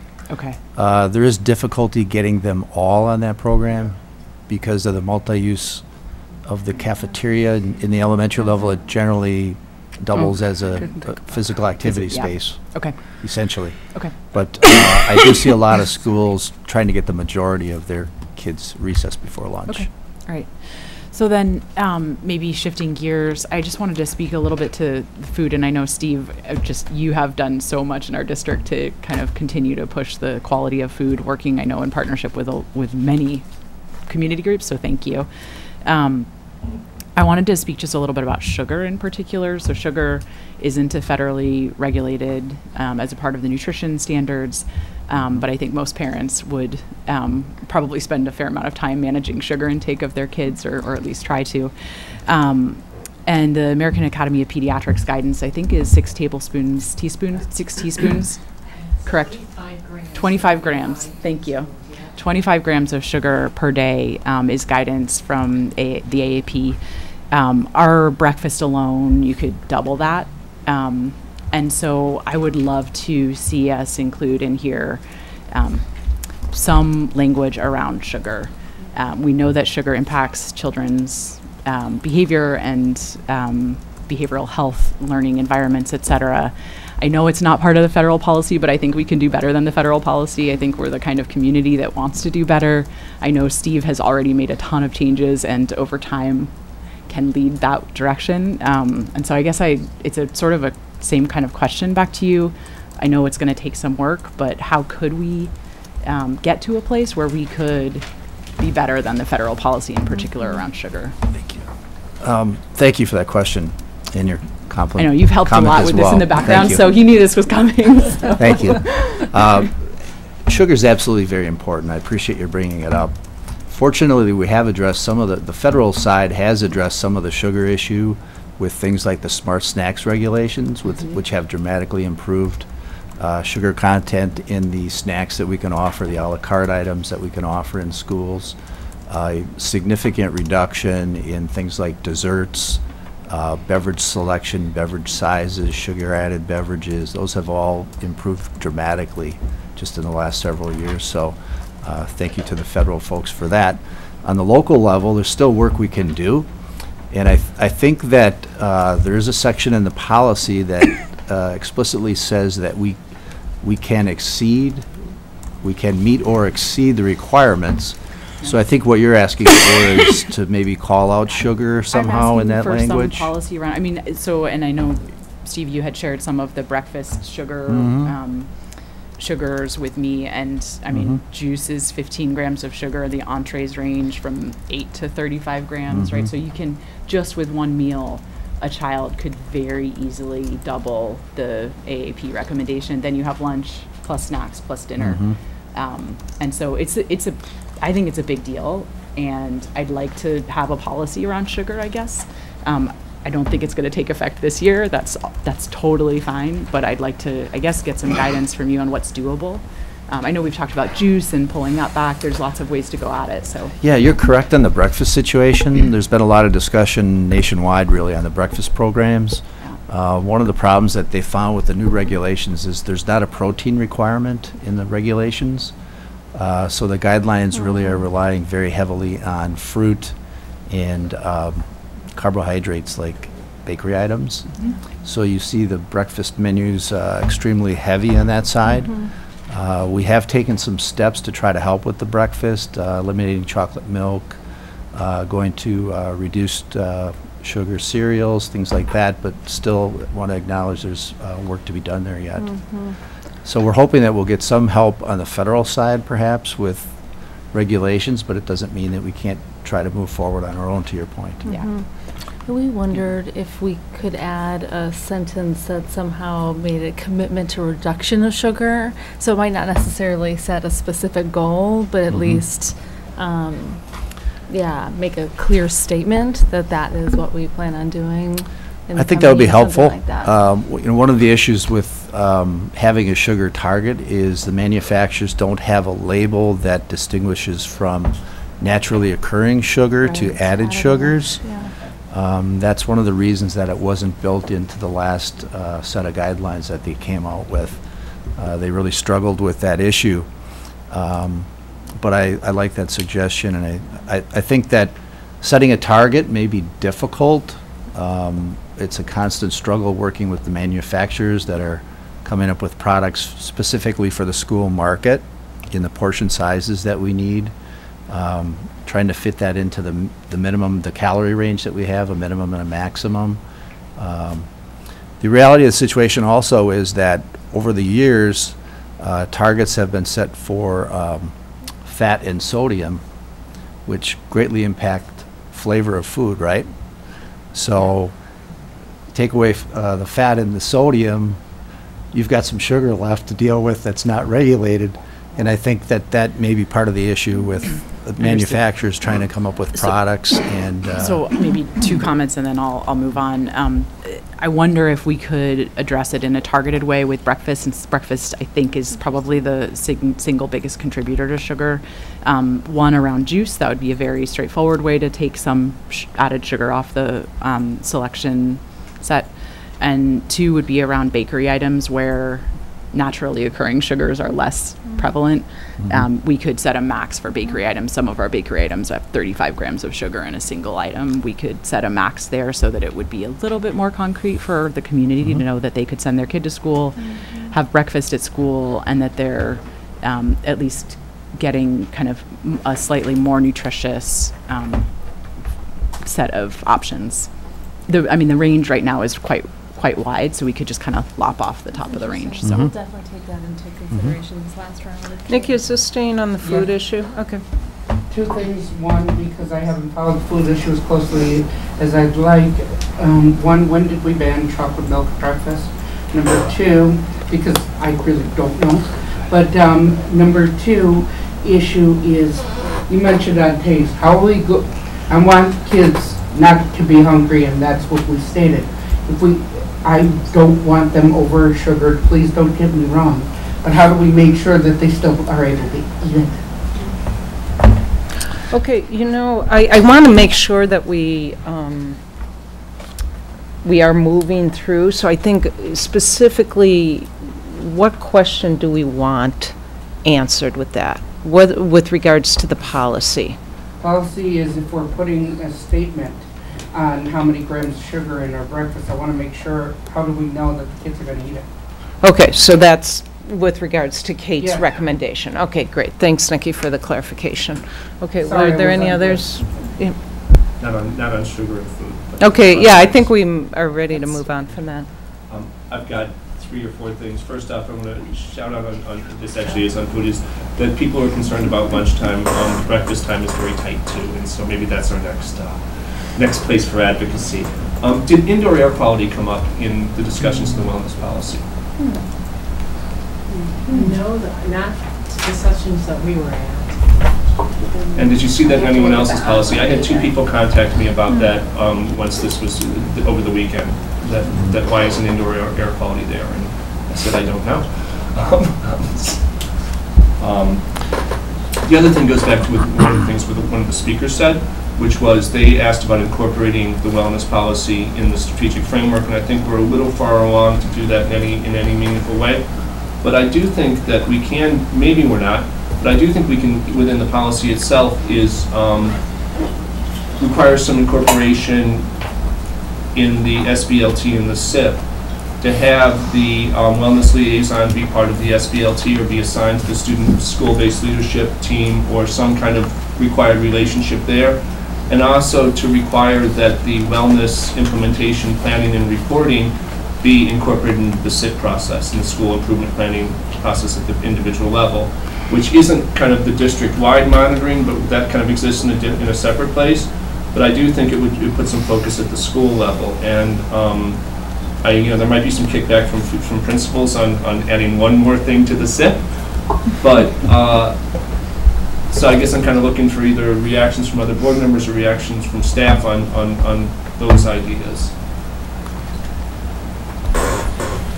I'll respond to the strategic framework and SIP incorporation. I'm not sure about the strategic framework, but what Kathy shared made a lot of sense to me, and I know I made a personal note to look at how that's lining up, especially as it comes to the second priority area that we've been discussing, which is a lot about culture, climate, relationships. It seems that wellness has a potential place there, so I think it's definitely not too late to be looking at that alignment. I think on the SIP, this next year is going to be a bridge year, TJ, just sort of as a reminder maybe to all of us. We're not making dramatic changes to the SIP process, but we will be making significant changes to go into the 1920 year? Yeah, that's right. Which would include the new SBLT guidance, which includes guidance on composition, and I think that would be a really natural place for something like this suggestion to show up. Can we anticipate this as being a year out from that within this plan, to say that within this time period this will be incorporated within the SIPs and the SBLT process? That way we made a commitment in this plan, and because we're not going to revisit this plan for 5 years. Or something like that, right? We'll think about that, TJ. I want to think about that. Thank you. That's it. Okay. Anything else on wellness? Well, Really thanks good. very much for your work. Really good Great. stuff, guys. Okay. Could you grab me a water too? Okay, so we are going to next go into the Chapter 1000 policies, and as I had shared in an email, there's 19 some policies in this. The idea was to maybe focus first on ones where we felt that there weren't significant changes or actually no changes at all, and see if perhaps that we can get those moving on that process of approval, recognizing that there are plenty of policies that we want to have significant discussion, even time for additional research, and that we are able to take that time, but not necessarily stall all of the 19. So keep some moving and move perhaps at different paces. So with that, let's jump in. All Matt? right, I'll take it away. So for the first 6 policies, and they are listed up on the board there, and I'll just list them off. Vacancies, affirmative action, nepotism, liability, ethics, and additional compensation for board members. At this time, there are no recommended changes. So that would be our first group, and I'd like to get the board's feedback on whether there's agreement on no recommended changes. A couple of those, you will note, have been revised fairly recently, but no recommended changes on those. TJ. Just one word on the affirmative action policy. I believe that our last 2 plans, both on contracting and affirmative action, added reporting to the board as part of the plans themselves, and perhaps putting that in policy. I mean, they're in the plans itself, those that requirement, that's my memory, and so just adding it there. Okay. But other than the rest, yeah. So add reporting requirements that are in the plans, okay. Okay. These 6 policies? TJ's good? That's 6 down. Wow. Well, there are other board members. Hold on. Oh, yeah, that's true. I'm good. Yeah. Dean's good. Okay. Yeah, good. Kate, TJ and me we'll are just good. whip around the table and she'll go, what? I went to the bathroom. James, issues on these 6? No, I will voice my opinion when it's happening. Is the time, I mean, these are, if the time, the next time will be at the board. Okay. I don't have anything to comment. Nikki? Nothing on these 6. Okay. Gloria? Nothing on those 6. Kate, we're about to move forward on 6 policies. Yours is the last voice. I've read these a lot already, so. Okay. I mean, I've been working on these for like 2 months. You're good? Yeah. Okay. Okay. There we go. The next 2 policies also have no recommended changes, but I wanted to highlight them because they are specific reasons. So policy 1301 is proposed policies, and that is our policy that requires the board to review policies on a 5-year cycle. 2 policies a year, or 2 policy suites per year, and for 5 years. There was some discussion that was a slightly overly ambitious schedule, but we are 4 years in. We have 1 more year to go. So if we can review those last 2 policies, we will have reviewed every single board policy within 5 years. Wow. And at that point, it may be wise to gather some feedback and reevaluate as to whether we want to continue that 5-year cycle, whether we want to change it to something else. But that's the reason for no recommendations on this policy, is that we want to muscle through those last 2 policy suites and within that 5-year time frame. Okay, 1301. 1301. Okay, that's it. Okay. Excellent. School Excellent. buildings.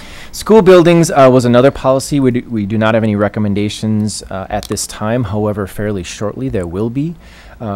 School buildings is a policy that dictates basically when and if the board can decide to build a new school building.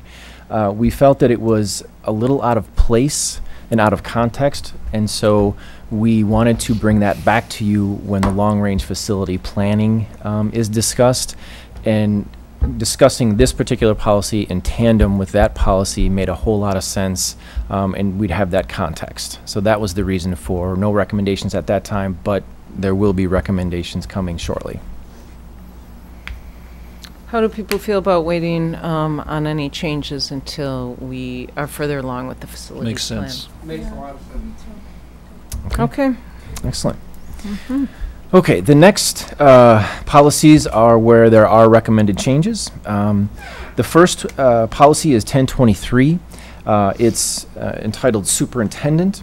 And one of the reasons for the change in this policy, it's actually a complete strike-through. We're not striking out the superintendent. No, that's not it. It's a complete strike-through because it's a little bit of a misnomer in terms of how it's labeled, and it could be more appropriately placed in another section. So, just a quick question. I don't understand the sentence with the typo. Policy does not.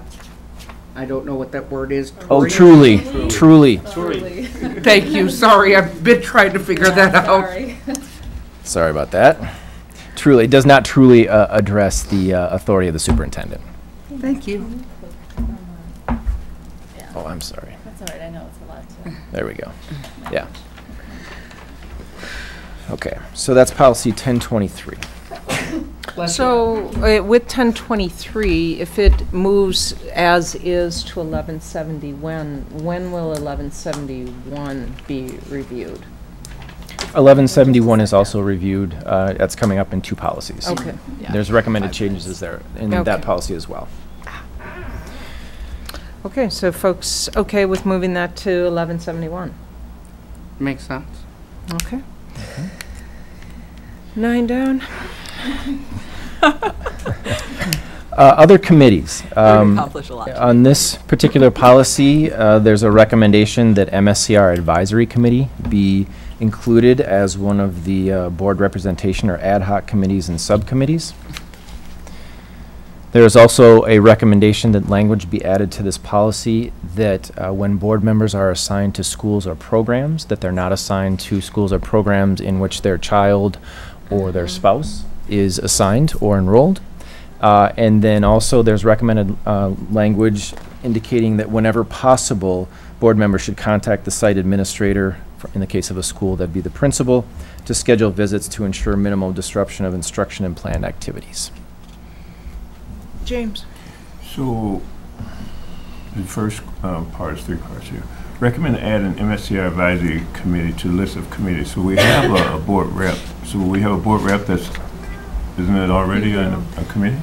We already have a board rep. It's just not listed in this policy, so we just want to, let's just clean up. Okay. Yep. That's fine. Okay, recommend adding language regarding not appointing board members to schools in which their spouse or children are assigned attendant. I sort of object to that. I'm not sure why that's important. Board members can go to any school as it is, whether their kids are there or not. So I don't know why that's important. So I sort of object to that particular language where board members cannot go to schools where their spouse or children are assigned attendant. Should, do you want to give some reasoning behind that? I think it's just the way that Barb does it. So I'm sorry?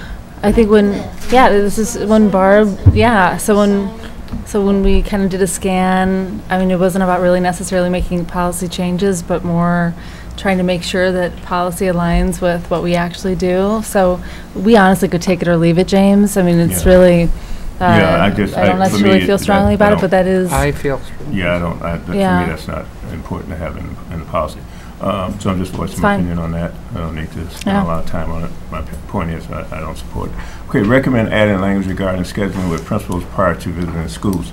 I do support that. I think that when you're going to visit a school, but I think there's 2 types of visit. I think there's one unannounced and there's one that's announced. If you're going to go and visit with staff, then you should announce it. But if you're just there to observe and not visit with staff, then you don't have to announce it, in my view.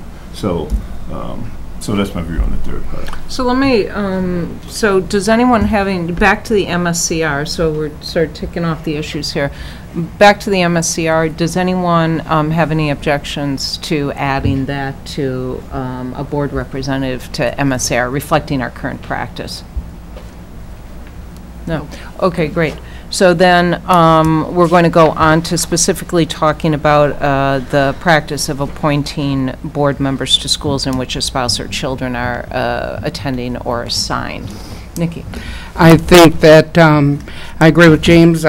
We have the ability to see any school. I really don't think that is really necessary.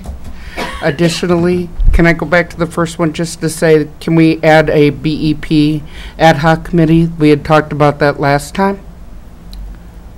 I don't think this would be the place. Or is that a different? Yeah, it's a different process. Okay, understood. It just, I saw the ERO and I figured. Yeah, no, that's not ongoing either. Okay. Short-term ad. Oh, okay. Okay, so with regards to how we assign board members to schools, TJ? Gloria's first. Gloria? So, I guess just on the face, I don't have an issue with that, but I think we have to consider as we move forward the power structure that adds, that we bring onto the school board. And if we have, we are very diverse, right? Thankfully, our community has elected officials who are diverse, but what that can do to in the future if it's not as diverse, the power structure that brings to the table and giving favoritism to a particular school or schools within our district. So that's something I just wanted to throw out there as something that came up in my mind regarding this. I don't have an issue with it right now, but it's just something that I think we should consider. Dean, did you have? We've recently had some discussions around conflict of interest. I don't think this is one. I'd really, I understand what Gloria just said, I don't think this rises to that level.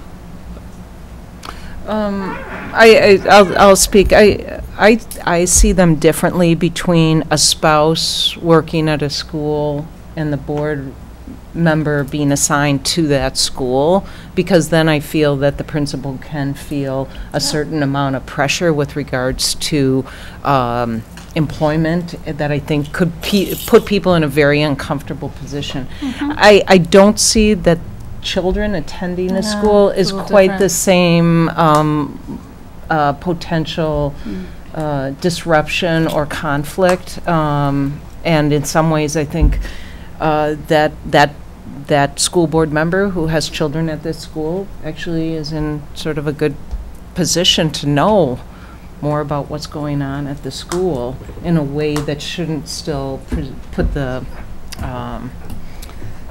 make it a difficult position for the principal. Yeah, I mean, I don't feel that. You know, in the end, I think for us, I mean, this is your policy. This is how you govern yourselves. You guys make the decisions.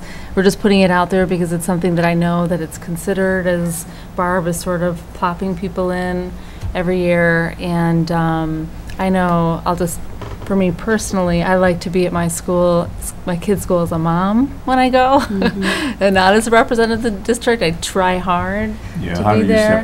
I know, it's really hard. But if I were, they're in official capacity, then it really does. For you than us. Yeah. I know. Teacher? Yeah, as the one person who But this it's your decision. completely applies to. First up, I kind of like it. I like the change. I don't feel really strongly that we must do the change, but I like what Barb's done with this. Yeah. And for partially for reasons that haven't come up, which is that as board members, our duty is to represent the entire district. And I think one of the things I've seen in past boards, and Bill Keys, who's sitting here, can attest to this, is that there's been geographic blocks on the board. People who, well, Follett area schools are their things, and 3 or 4 board members. And when you reinforce that by people being assigned to their own children's schools, I think that's bad. I think that pulling us away from schools where we have connections works against the kind of geographic identification of board members, and so that's the biggest reason I like it. I can say, my spouse works at West. It was, in all my time in meetings I spent with Beth, and I've had a couple of meetings with Karen in the last month. It's never, I don't think it's been present at all. I just at one point I said, to Karen, I said, my spouse works in your building. She goes, oh yeah, I know that. But it was like, it was like a really passing comment. So I don't think that's been an issue, but I do like the policy regardless. And I think that, as James said, you can't separate them. Usually when I meet with teachers, I try and set aside an extra 10 minutes to talk to them as a board member after I talk to them as a parent. That's kind of my policy. That's how I do it, All right, we've talked as parents. Now anything you want to talk to me about as a board member. Do it that way. Okay, any others, or can we, I'm not sure we've given a lot of direction. I mean, I like, TJ, I have to say, TJ, I think what you say makes a lot of sense. With that, I would support this. I don't have a strong opinion about this, but I tend to think it's a good one as well. I mean, I have kids in the district. I talk with, I tend to think it's not a bad thing to add as well. So, but I don't feel strongly about it at all. Okay, then Except that another different topic on this one. Okay, well, we still have the third item on this. Can we no problem. attend to that one? Okay, the recommended language regarding scheduling principals prior to visiting school. James had mentioned that he sees that there's 2 different instances, but the policy really does not make any distinction between whether you're there to meet with staff or whether you're just dropping in. Nikki, and then Kate? I think, to be honest, this is problematic. I mean, I'm not going to spy. I'm not going to do undercover boss or anything of that nature. But what I am saying is if I want to stop by, I just want to stop by. I'm not trying to intimidate. I'm not trying to do that. I'm just trying to check in with all the schools and having a schedule that is absolutely and utterly crazy, sometimes scheduling it in advance isn't possible, because I may have court that got canceled, and that might be the only time that I can get there.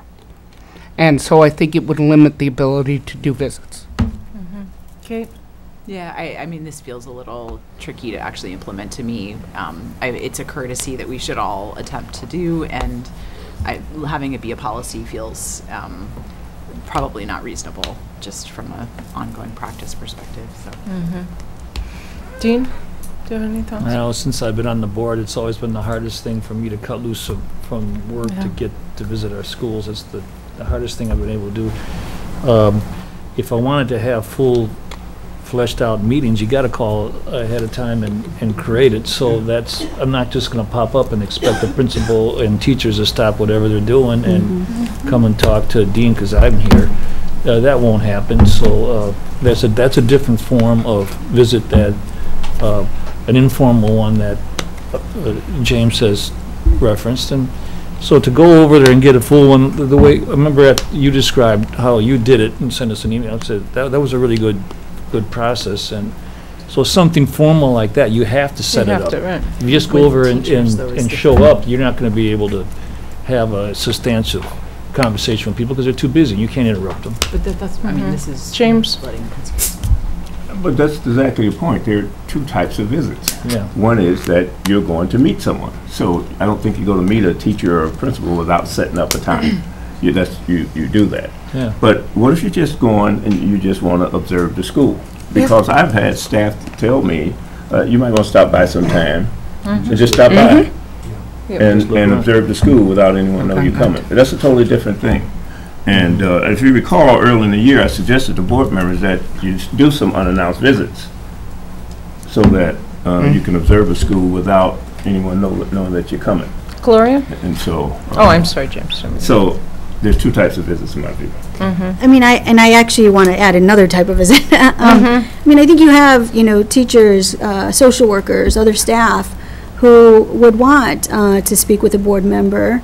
And with that instance, would we have to contact the principal to do that? I mean, I think those are different dynamics, right? I mean, I think we may want to be in a room with just social workers or other staff without a principal monitoring what we're talking about. So I would like to leave this out and have the flexibility of board members to make that discretion as we're visiting our schools. I mean, unless anyone, what I'm hearing is actually no one's in favor of this. Would that be true? We want to have the flexibility to be able to drop in. We understand if we need to meet with, obviously, administration or anyone, we need to make appointments to do that, but that that the board would like the flexibility to be able to drop in. The language does say whenever possible. Just want to remind you, it was meant to build in that flexibility, so you could use your discretion, but take it out. Okay. Excellent. Okay, TJ, you had something else on this? Something section 2. It says that this is about ad hoc committees. It says, at the time an ad hoc committee is created, members of an ad hoc committee shall be appointed by a standard majority vote following nomination by the board president. I just would like to change that to by the board or board members. That the last two ad hocs the last ad hoc we created was kind of a joint process. The one before that was the board president appointed. I just think that I don't see any reason why other board members can't nominate people for ad hocs. Does this say they can't nominate them? Isn't it who chooses? Nomination by the board president. The sole power of nomination is the president's. Thoughts on that? I don't have a problem with the way it is. Nikki? There are 7 of us. I respect James. In fact, James does a great job. But here's the issue. There are 7 of us, and on an ad hoc committee, especially one short term, I think we should all be able to do that. I mean, the president's doing a lot of heavy lifting to begin with. I figure that why not make it a little easier that any of us can do it? Saves problems. Okay, others on whether all board members can nominate members for ad hoc committees? It's fine with me. We still need a we need a majority vote, right? Yeah. Okay. Then I'm hearing that there is support for making that change. I don't know, I heard 2 people. I guess I just want to say, I'm really confused about what you're what you want here. Right now, You want all board members to be able to nominate assign. people, if we form an ad hoc committee, right now the process is that the makeup of that committee is nominated by the president, and then the majority of the board must approve the makeup of that committee. And what I'm saying is that any of us can nominate, that all 7 of us have the power to nominate. So, under your suggestion, TJ, if we need, if you're 3 people are going to be on that committee, and there's 10 nominations, then how do you get to the 3? It still requires a majority vote. But how are you going to vote on up or down? To me, I think that that's troublesome. I'm all for people being able to nominate, but I think it's very difficult then to have the board get down to 3 people from a huge pool. Yeah, well, you know, changes are great sometimes, but for me, you know, what will precipitate the change? Have we had a problem? Can someone talk about a problem we've had? The majority of the board has to approve these things. And so can you identify a problem other than this is something we like to see? Is there been a problem with the process? I think this has worked well. So, you know, we can all look through here and say, well, we should maybe change this, maybe change that. Well, if there has been a problem, I can agree. But I don't think we've had a problem with this process. So let's not just change a process because we don't agree with it if it's working well. And I think it's worked well. I haven't noticed any problems in the process. Gloria? I agree. I mean, I don't think that this is something we should change. I mean, I think President can nominate and we all can vote. Sure. Majority wins, and, you know, I think we keep it as is. I don't see an issue about that. I'd say keep it as is. I would support that. Yeah, in practice, it's turned that when we created the 2 ad hocs, I think it became evident who had the time and who wanted to do it, and so we came in, we talked among ourselves and said, okay, here's the nominations, we vote, and it was a done deal. And I don't, with that process, that worked for me. TJ? I just want to point out that the 2 people who were here when the BEP ad hoc was formed and spoke in favor were people who were appointed to that committee. I desired to be on that committee and was not appointed, and so when you say the process works well, it worked well for you. It didn't work well for me. And I think that there's multiple perspectives on this. And perhaps if other people had been able to nominate besides the president, I would have served on it. Perhaps I wouldn't have. But that opportunity didn't exist because it was the choice of the president and not the board as a whole. And so when you say it works well for you because you got what you wanted. Well, TJ, in that instance, the board then voted on it. Was that? But there was no but if only 3 people are nominated, then they voted on the nominees, which in effect it was president's appointment. I mean, in effect, this is a president appoints to ad hocs. That's what this is. It's not a nomination, it's an appointment process. But the board can vote it down. And then the president nominates again. Well, and then they can vote it down again. Nikki? My problem is, again, we want it as transparent as possible. We want as many people in it as possible. It's not a popularity, it's not a time, it's not anything. It's basically saying, hey, this is my particular opinion. I don't see the harm of allowing another individual to nominate. So, to clarify, TJ, because I don't have the language in front of me, this is nominating board members to ad hoc. It's not the general public. Yeah. It's just board members. To me, that's a different issue than nominations to other committees that are non-board members. And I think you elect, the board also elects the board officer, the board president. If they don't like the way that it's being handled, then... This is actually all members, not just board members. It says all members. It doesn't say all board And members. it's the ad hoc committee? Yes. It doesn't say all board members. It says all members. We don't have the language in front of us. Again, I haven't observed any problems with the process. I can understand the disagreement. But whatever, I'm just saying I haven't observed any problems with the process.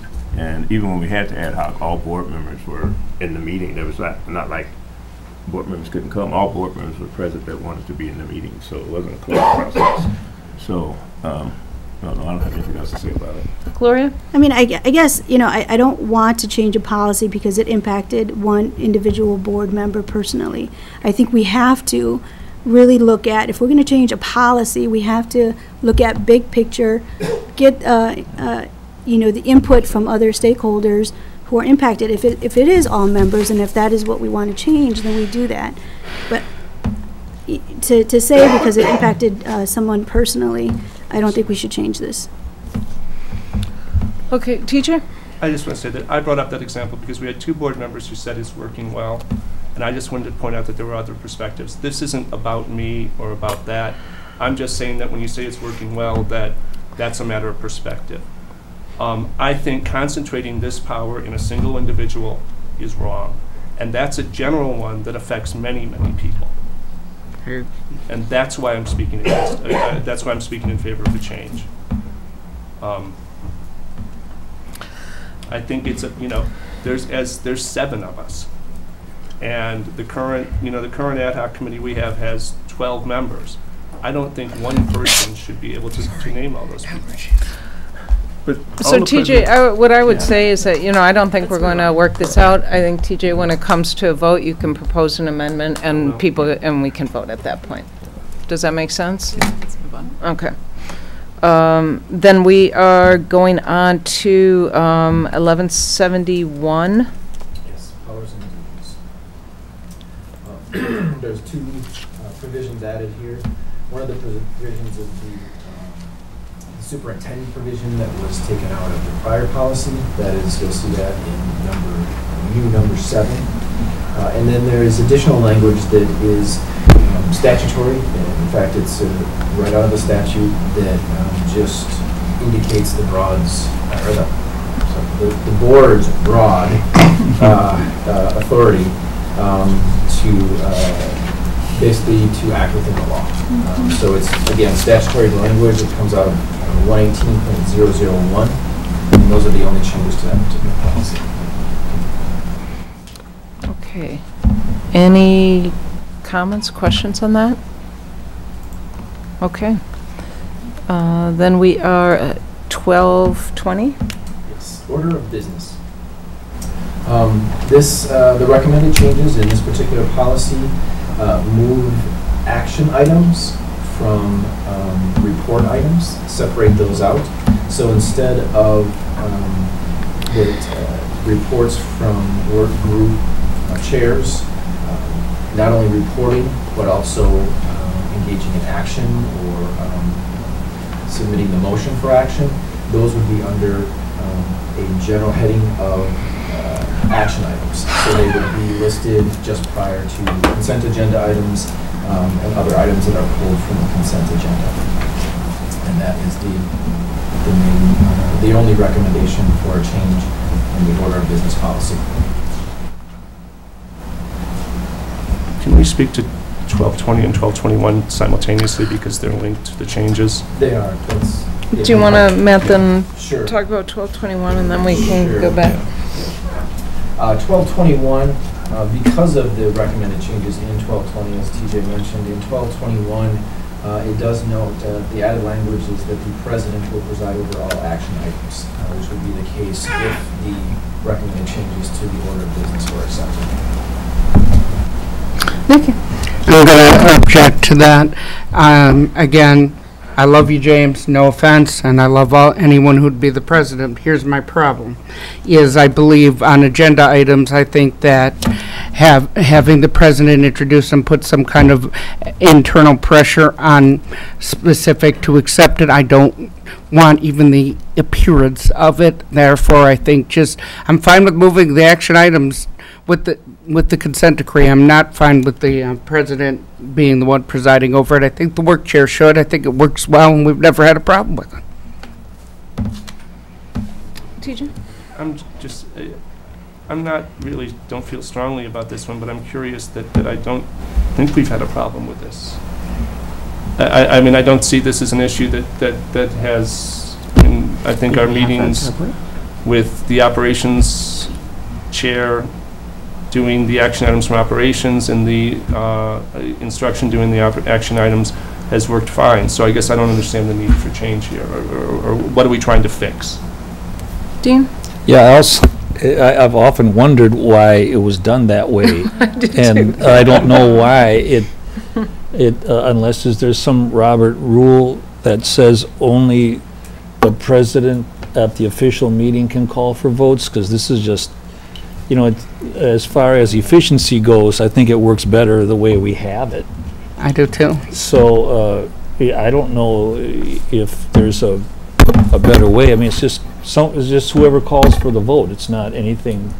There's no added importance by handing it back to the president, as opposed to just getting it done when the report's going on. I don't, it's just kind of like shifting over. I don't know. James? Yeah, it'd be interesting to see how other entities does this, but typically, when you bring the entire group together for a full board meeting, that's the president's meeting. Yeah. Regardless of who the president is, that's the president's meeting. And that's the president presides over the meeting.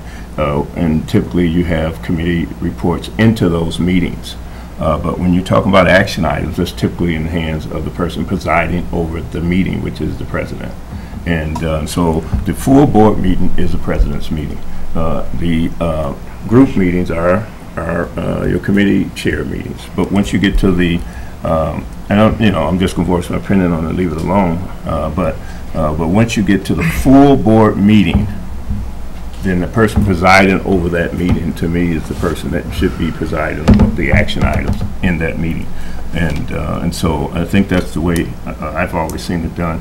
You don't partial out action items throughout the meeting when you have one, because basically one person is presiding the meeting. That's the way meetings work. You have one person presiding. Mary's presiding over this meeting.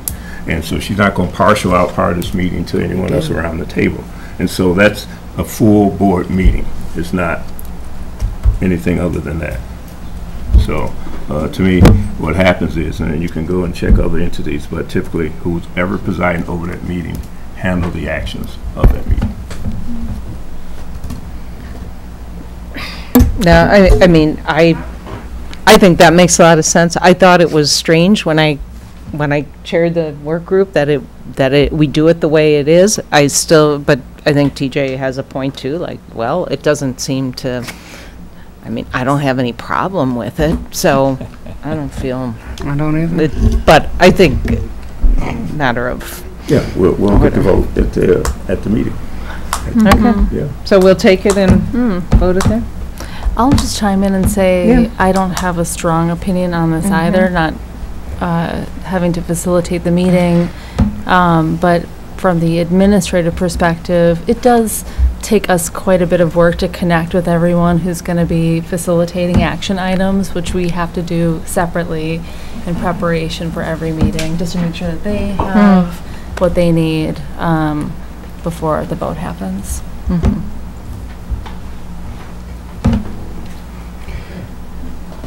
Can I just add something in advance to 1222? It talks about interpreters, but we had someone in a wheelchair speak at the last meeting and no one could see her.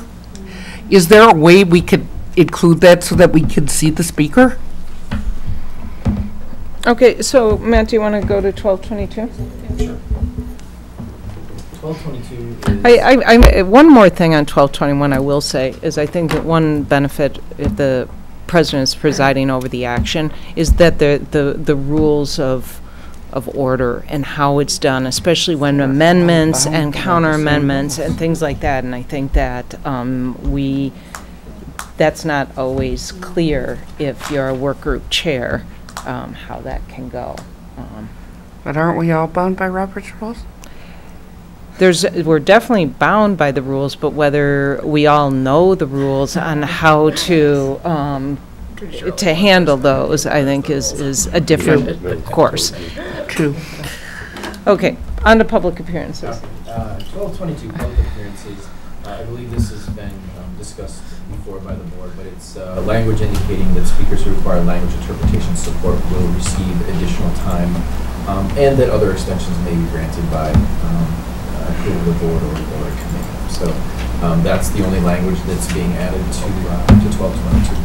And then I just wanted to add so that, because I remember I'm trying to see who's speaking, and it was incredibly difficult, and I'd like to be able to look at the person. Okay. When we had discussed this earlier, we had batted around the idea of having either a special meeting or some other language so that we could have dialogue with speakers. That's coming up. Okay, That's thank you. 1201. Yeah. Thank you. I didn't Just print did the all, same every thing. one of them today, so yeah, great. Okay, and did we already talk about the 5, the 7 versus 9 thing or no? No. Okay. No. I was just Mary's- They all start to run together. Okay, so back to I've looked at these a Nikki's point. So we're on public appearances, 1222, adding language for interpretation, support, and time. Any thoughts with regards to visibility? I'd love to talk to our team about that, Nikki. I mean, just from an accessibility perspective, I think it's a great point. I don't know if we could at this point codify something in policy. I want to just think about what we can for sure commit to on what timeline. But I also took note of that experience last regular board meeting and really appreciate the point. I guess if we could have that language be more generalized for people, also for interpretation and extra time for people with disabilities, just accommodations for people with disabilities, because that's a place where not only a language barrier, but other barriers. Yes. That's a good point. Okay, thank you. 1513? 1513. The recommended language is that when any sort of proposal or amendment is being introduced by a board member, such proposals or amendments shall be introduced 2 business days prior to the meeting in which the proposal is to be considered, and that those proposals will be communicated to the superintendent for reaction from staff prior to board consideration. Nikki? When I couldn't get the Montessori contract until the day before, I don't think, which the last iteration I couldn't get until the day before, the 6th iteration. So my question is, if we can't get that until the day before, how are we supposed to have amendment in 48 hours or 2 business days in front of? I don't think that's possible. Dean and then TJ. I just know my process, and lots of times I prefer not to talk unless I know what I'm going to say, and I won't just try to blurb stuff out. I really go through a process, and I don't know if my process isn't completed until day 1 before the meeting. I want the opportunity to state my case. So I think at a board meeting, I should not be precluded by offering amendment that I just came to after the 2-day time limit. So I don't think this is necessary. TJ?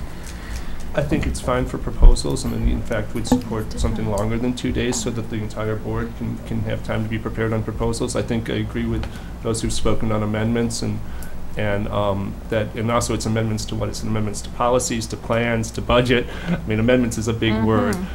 So I agree with everyone who spoken on amendments, and especially that we will get on Thursday evening the drafts that come out of this meeting. That won't give us 2 business days to put an amendment forth, literally. I mean, because we vote on these on the following Monday. So I think the amendments language is difficult. I think the proposal language is good. And additionally, I'd like to see something in here that says that if a board member puts forth a proposal for board consideration, that there be some timeline by which it must be placed on an agenda. That it must be placed on the agenda within a month, it must be placed on the agenda within 6 weeks, something like that. That it has, that, you know, that it has to be given, and I'll go for more than 2 days before the meeting where it's going to be considered. But I'd also like to have some kind of timeline that, you know, the board needs to, you know, you can't, because otherwise this can just sit there and gather dust. So TJ, let's stick to the first one, and then we'll come back. Yeah. Okay, so we're to the what's written here for 1513 with regards to proposals or amendments with 2 business days. James? Yeah, I'll speak to amendments, you know, and speak to the practice. Yeah, I agree that the board member should be able to offer an amendment and make it come up with something right on the floor while we're in the board meeting. But the practice has been it can cause a lot of problems, especially if you have a big dollar amount associated with that amendment and there hasn't been any investigation talking about the impacts or any thing of that nature. And, you know, I've always been against I would always advocate for us trying to get amendments out as early as possible so other board members and staff will have a chance to really think about them. Yeah, a board member can certainly bring amendments on the floor at the time of the full board meeting, but boy, practice has been, it really causes a lot of headache at that meeting, and we get into a lot of drawn out conversations and come to no real conclusions because no one has had a chance. Some of them are really complicated, and we haven't had a chance to think about it. Staff hasn't had a chance to think about it in the process. And then if you have a big dollar amount attached to them, then we don't even know what the budget impacts are. So I would really, you know, whether it's 2 days or what have you, I think that, you know, when we make an amendment, that it's best to have some lead time for other board members to think about it as staff. Nikki, hold on until everyone else has had a chance. Gloria? Do we have an opportunity to refer an item to a next meeting if? Yes. Yeah. Okay. Most times. I'm going to speak. Oh, sure. Thank you. I didn't see your hands. I'm sorry. I actually don't have to raise my I didn't. Okay. So I actually am not supportive of the 2 business days on amendments. I'd love to do it, but I don't think in practice it's really it's possible. I think sometimes we just have to be able to make amendments. I think sometimes we've made amendments that I'm really glad that they were made on the floor. Sure. There's others, James, I'm with you, where we need to take the time, have the research, understand the impact of it. I wish those ones that could be surfaced as quickly or as early as possible so we can do our homework.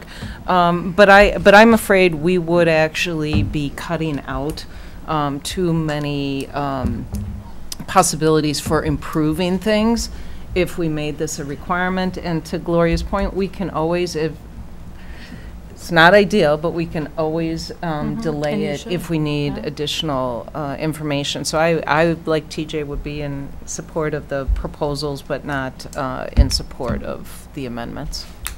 Nikki? And I withdraw my hand. Okay. I just want, if I could ask a question. TJ, what do you mean by proposal? Like, what's in your head when you say that word? I think that, you know, that if you look at practice, how this was used was that school start times. Okay. Right? Let's, I mean, that would be kind of an example here. That's something where, or something came up tonight, you know, let's have a agenda item about indoor air quality. Right? Which I'm not really sure where we stand. But clearly that has to be, but that kind of thing is a proposal.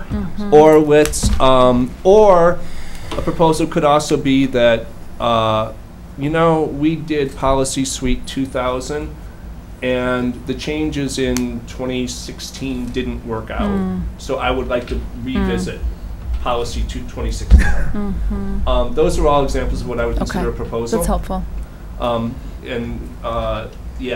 Apparently this... An amendments I different. see Amendments are like actually on an action item.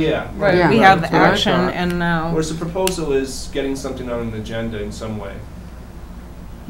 Yeah, that's very different. Yeah, A proposal from an amendment. What's your understanding of proposal? I think that's how I understood it too. I think there's some gray area there. That's where I'm a little bit concerned. And obviously amendments, sort of scope and size, can be enormous and extraordinarily complicated, and sometimes very simple enough to do on the fly at a regular board meeting. I think this is a really good conversation. I just wonder if it should just be nixed entirely. It's more of a practice issue. Like, I'm glad that you are talking about it, being more cognizant of the time necessary depending on what the proposal or amendment is.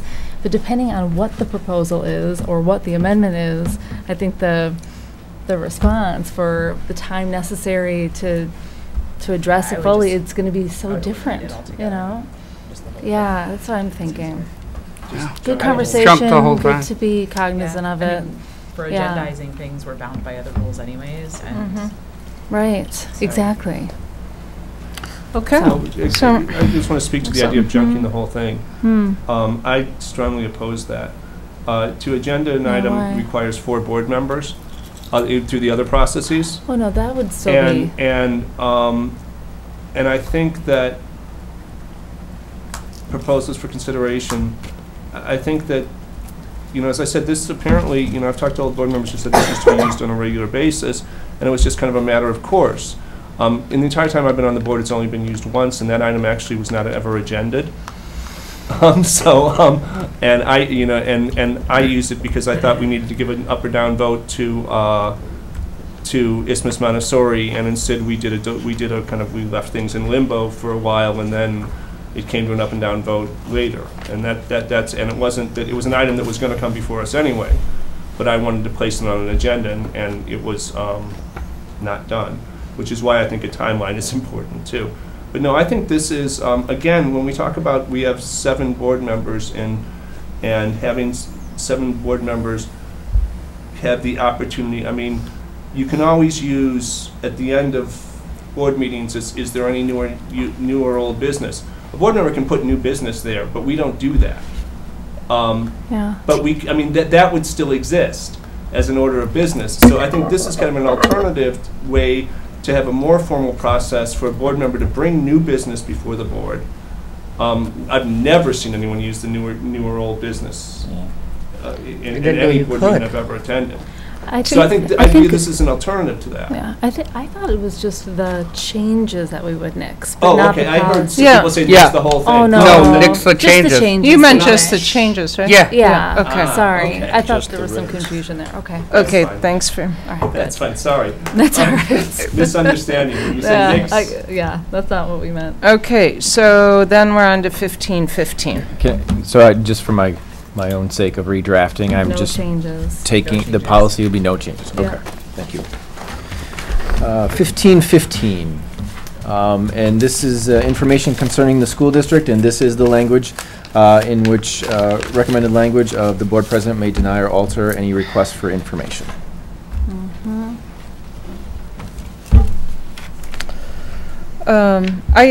Before we jump into this, because we've had quite a few public comments, we've received a lot of emails around this, I guess I'd appreciate some framing as to why this change was proposed, to sort of the point if we're making changes that, what is it about the current policy that precipitates the changes? Yeah, that And was then my can question. okay. Yeah. I mean, I That can actually comment was on my that, question. Or Matt, either way. Well, I think, as it was kind of stated during public comment, this is a codification of the current practice. The board the board president would have the authority to essentially reject or deny. I don't think that happens with great frequency. Only being on the board or being legal counsel to the board for a short time here, I have not seen it happen, but that is an option that the president does have when requests maybe aren't relevant to upcoming meetings or if they're overly burdensome. So that's the backdrop behind it, codification of a current practice. And I'll add, I mean, we do not feel strongly about this. This has taken on kind of a life of its own in the last 24 hours.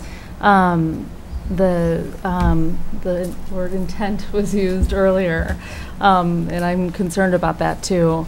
Certainly the language here doesn't capture the thinking behind the modification, which is, I don't know that it's necessary, because again, it gets back to, is it a problem that has to be fixed?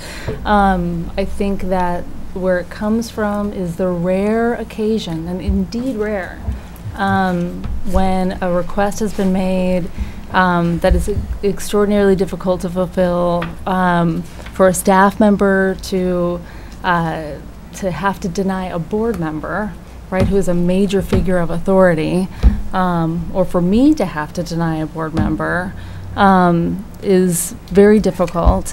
What we have done is we've brought that issue, again, very rare occasion, to board officers, the president and the vice president actually, to talk about it, to get some guidance on how best to address the situation. Sometimes, again, very rare occasions, we'll come out of that discussion with, yep, we're going to do everything we can to fulfill this request, but it's going to take a lot longer than the board member might like, or we're going to figure out what we can do. And I think on a very rare occasion, we have said this isn't something that we can fulfill. But it's about making sure that a staff member isn't put in a situation where they're having to tell a board member no. And I'll just put that out there. I think that, yeah, I think that's generally where this comes from. And I don't think the language captures. My issue is as follows. One, after researching the open record law, I think optically it doesn't look good. Yeah, I agree. I think optically it doesn't. Two, who's going to decide what constitutes relevance? We don't have a Supreme Court that can decide relevance. I'm not sure how a school board is necessarily going to be able to with the 9 greatest minds of the land can. I don't. But we've not had a problem. We have a solution to the problem. We can bring it to the board. There's already something there. So I don't think it's necessary to begin with. But to restrict information and to allow someone to just restrict it I view and respect my president. I thank you, James. You've done a wonderful job and you continue to do so. I respect my superintendent. But I don't want that language in there for in the future, because I don't know who we're going to have, and I don't know if I happen to get a president who wants to dissolve the entire board. That under this circumstance, that individual could say, I'm going to deny all information, and basically stifle the board by saying, I don't have to provide it. Then you have to do a Freedom of Information Act request, which additionally has cost to the public, and I worry about that.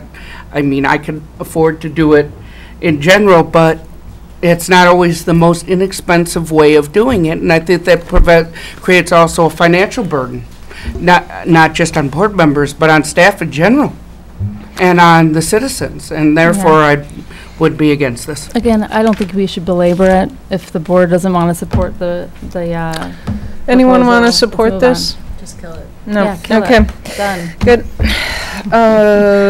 Sorry, Matt. Is that easy? It's okay. Okay. Let's keep going. Great. Okay. Okay. We do have another meeting after this. We're doing a great job, so let's just keep powering through. 12:01. No recommended changes at this time with regard to meetings. There's some indication may want to include opportunities for the school board to obtain input from community stakeholders as well as interact with members of the public. So, Kate? Yeah, and this came out of conversations. There have been multiple instances where I've listened to people over the last year come and speak who I would have loved to ask questions of. And I know it's a tricky thing to balance just with time, et cetera. So it was kind of a question of how we could incorporate the ability to interact if we wanted to, but also manage our evenings and time, et cetera.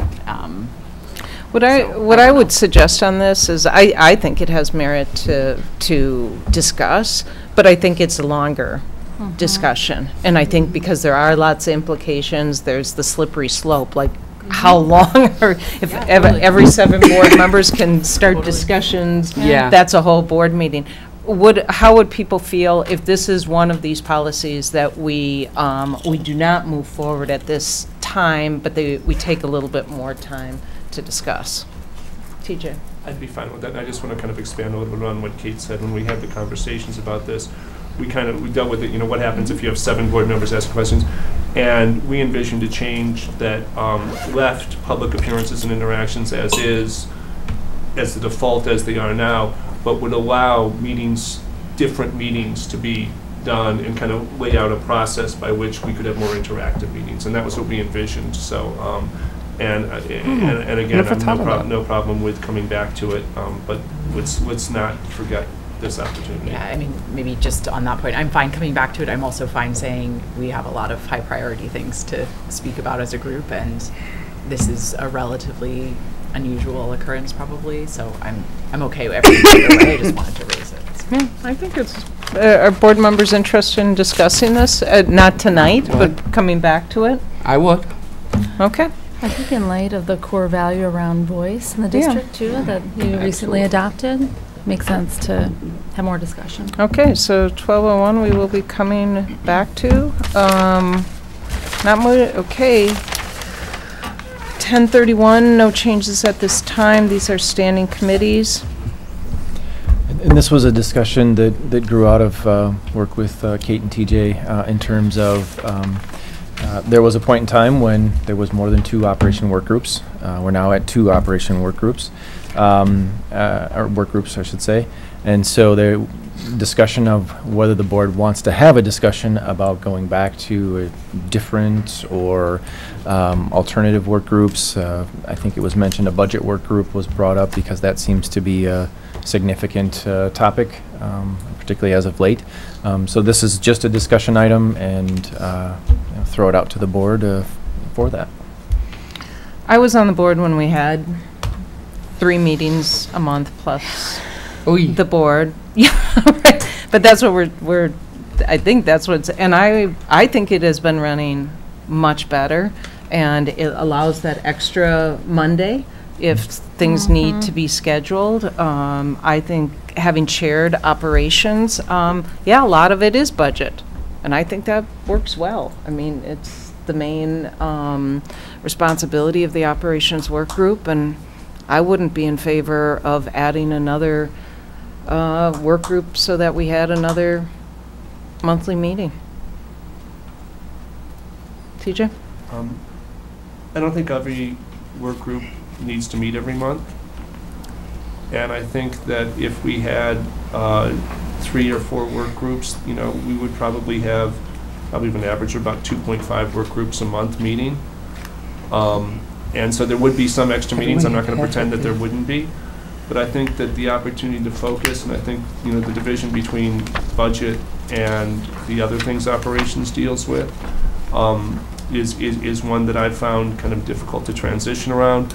I think that we are having with facilities planning going into the next stages that there used to be a long-range planning committee and pieces of that, and this work was done in public by board members, and facilities planning is one of the things that has been at the tail end of board meetings, all over and over again, where it has received little or no attention from us or anyone else.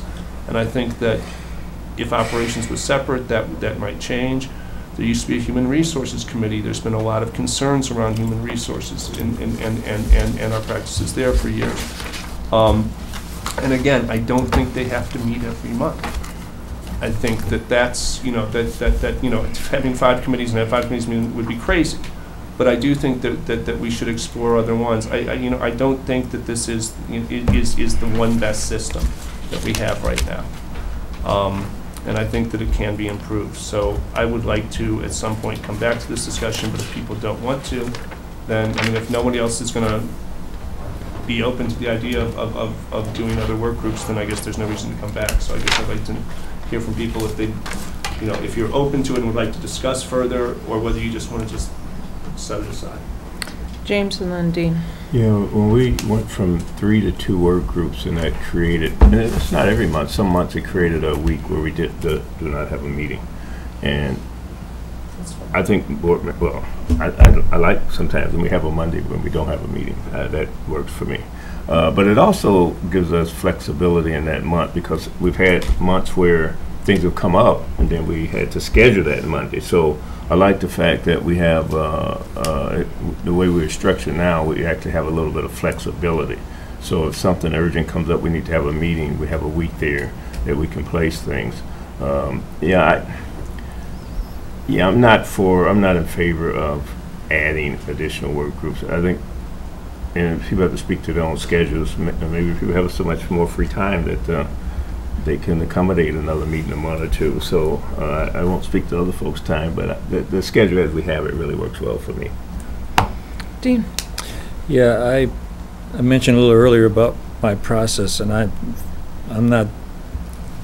can't land on anything yet, but I also know that there are times at meetings where we've all gotten kind of short, sometimes with each other, and just trying to get through this thing, and I don't like how that happens. So I'm not certain that I wouldn't not want to discuss this at another time. There are important things coming up that can dominate the entire meeting, and then we get short shift to other things on the agenda. So I've witnessed that happen and felt it and seen it. So that is a problem that I think we should have a discussion about how to address that. TJ referenced a couple things that are coming up. We've expanded the number of meetings we have around the budget. We've began it earlier. We've had a lot more meetings about it leading up to it. That's been a very healthy process, but it also kind of dominates the entire meeting at that point. And facilities it's a large thing that we neglect, and that we don't, because a lot of us can't get our heads around what it actually means. These 52 buildings that we've got. How are we going to spend some time on that? It's a discussion that many of us are unfamiliar with. We don't even know some of the terms. So I said I like to think first before I talk, and I'm kind of thinking out loud here. Well, I so think, Dean, all we're looking for right now is to determine whether we want to come back and discuss this. I would say I do. In more detail. So it's interesting. I hear a lot of what you're saying, Dean. I'm open to talking about a different structure on committees. I would, if we do that, I think I would limit it to 2 Mondays a month. Like, I would want part of the policy to be that we are pushing ourselves to prioritize, because I think it's healthy to prioritize what's actually important enough to talk about. And sometimes I feel like we're filling up one schedule a lot with something because it fits instruction or operations, and another one is kind of light. And so I would be open to a different calendar. I would not. I would want to hold us to 2 work group meetings per month, full stop, no matter what, because I think the flexibility is important, and a little bit of family, just flexibility is important to me. So I'm open to talking about a different cadence, but not more meetings. Okay, so what I'm hearing is we do want to come back. Gloria, Nikki? I'm not real, I wouldn't add more meetings, I wouldn't get rid of them, but I'm not against talking more. Okay. So, Gloria? Yeah, I'm not against talking more. Okay. Then that one also will be coming back for a little bit more. And 1021, no changes at this time, but there has been some talk about whether we should have a different number than 7 board members, maybe 5 or maybe 9. So what we're looking for is just an indication of whether we're interested in talking about this. No. We'll start with Gloria. Well, Kate? Gloria, do you have any opinions? Are you interested in? I'm not interested in. Okay. Yeah, you just got. Maybe I could just share the background here, and we don't need to spend more time on it. But we have a funny system that's neither regional, right, nor. Anyways, it's a funny system, right? It's a citywide election for 7 people. The question is, would we be able to have more diverse representation, either geographically, racially, et cetera, if we had the ability for more people to participate? I don't have a strong opinion about it. I thought it was worth raising to the group. and am very happy to kind of just take whatever steer the group. Nikki? Not trying to be facetious, but 7 of us are like herding cats. 9 would be even worse. No offense. I'm just going to be 100% honest. Yep. Honestly, I think we work great as a 7-person unit, and I just don't think expanding at this time would be helpful. Mm-hmm. James? Oh, I'm sorry. Dean, did you have your hand up? Oh, yeah, just now. I haven't heard anything about this. What I've heard mostly, and there's been articles in the paper about how we get elected. You know, we have to pick a seat, and then everyone, as opposed to other districts, that if there's 3 seats available and 7 people run, the 3 top get in. So that's this. I never discussed having. I certainly wouldn't want to go down to 5. You know, James? So I don't have 7 is what we've got. I'm more interested in discussing how we get elected. Yep. James? Yeah, it's another one of those things where I haven't heard anything bubbling up in terms of a problem or anything with the number of 7 board members. So I don't have any interest in addressing how many members are on the board. I think 7 is fine. I think you can get too large, actually. Kate mentioned a lot of different issues in her statement, and so we could talk about those things sometimes. But how we get elected, that's another conversation, a totally different conversation that we can have at some point too. But I'm not interested in entering in a conversation around how many board members we have. How many, but maybe how. TJ? I don't know how I feel about this, but I do feel that it's something that the 7 of us sitting around here have one perspective on it, but perhaps our constituents, if they knew the possibility, and I don't think anyone really knows the possibility, might have a different perspective, and I think in some ways their perspective is probably more important than ours, and we don't know what that is. Because, you know, I know school statutes pretty well, and it's only within the last couple months that I realized we could go to 9 members. So my guess is the awareness of that among the general public is pretty small. And I think that, you know, we may think we do really well, but they may think that 2 more of us would be better. They also may think getting rid of all of us would be good. And so I don't know how to go about that, but I wouldn't. I think that our opinion that I don't think this is good public service to reject this based just on our own opinions. I don't have a strong opinion either way on this. I don't know if it came down to a proposal whether I would support it or not. But I would like to know what the public, in some sense, thinks about it before rejecting the possibility. I can say that you know, all the disadvantages have been spoken to. I think the one advantage is that we've got the largest public budget in Dane County, and we have the smallest body. And spreading the work, sharing the burden on terms of developing expertises is something that, with only 7 of us as compared to 20 common council members, 37 county board members, is very, very difficult. Okay, so actually, we're not going to debate the issue tonight. So I personally am in favor of looking at this. I think 7, actually, there's research that shows that 7 is like the most effective number for group interactions. But I agree with TJ, who knows? I mean, maybe 9 is better. But I also think that looking at how we're elected should be reviewed. I think it's really difficult for people to run citywide campaigns and then just have, and Dean, the point about, right, whether it should be the top 3 or the top 2 instead of these seats.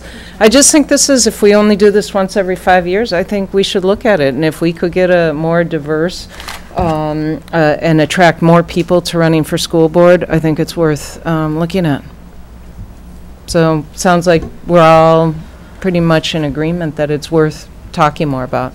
Actually, there were 2. I think that I would be more interested in looking at the big picture, right? Yeah. Not just the number. Number, okay. But That's fine. how we get elected. And if we're going to change that structure, then we have to look at everything else. I don't mind discussing how I get elected. It's the number thing that I'm not okay with discussing.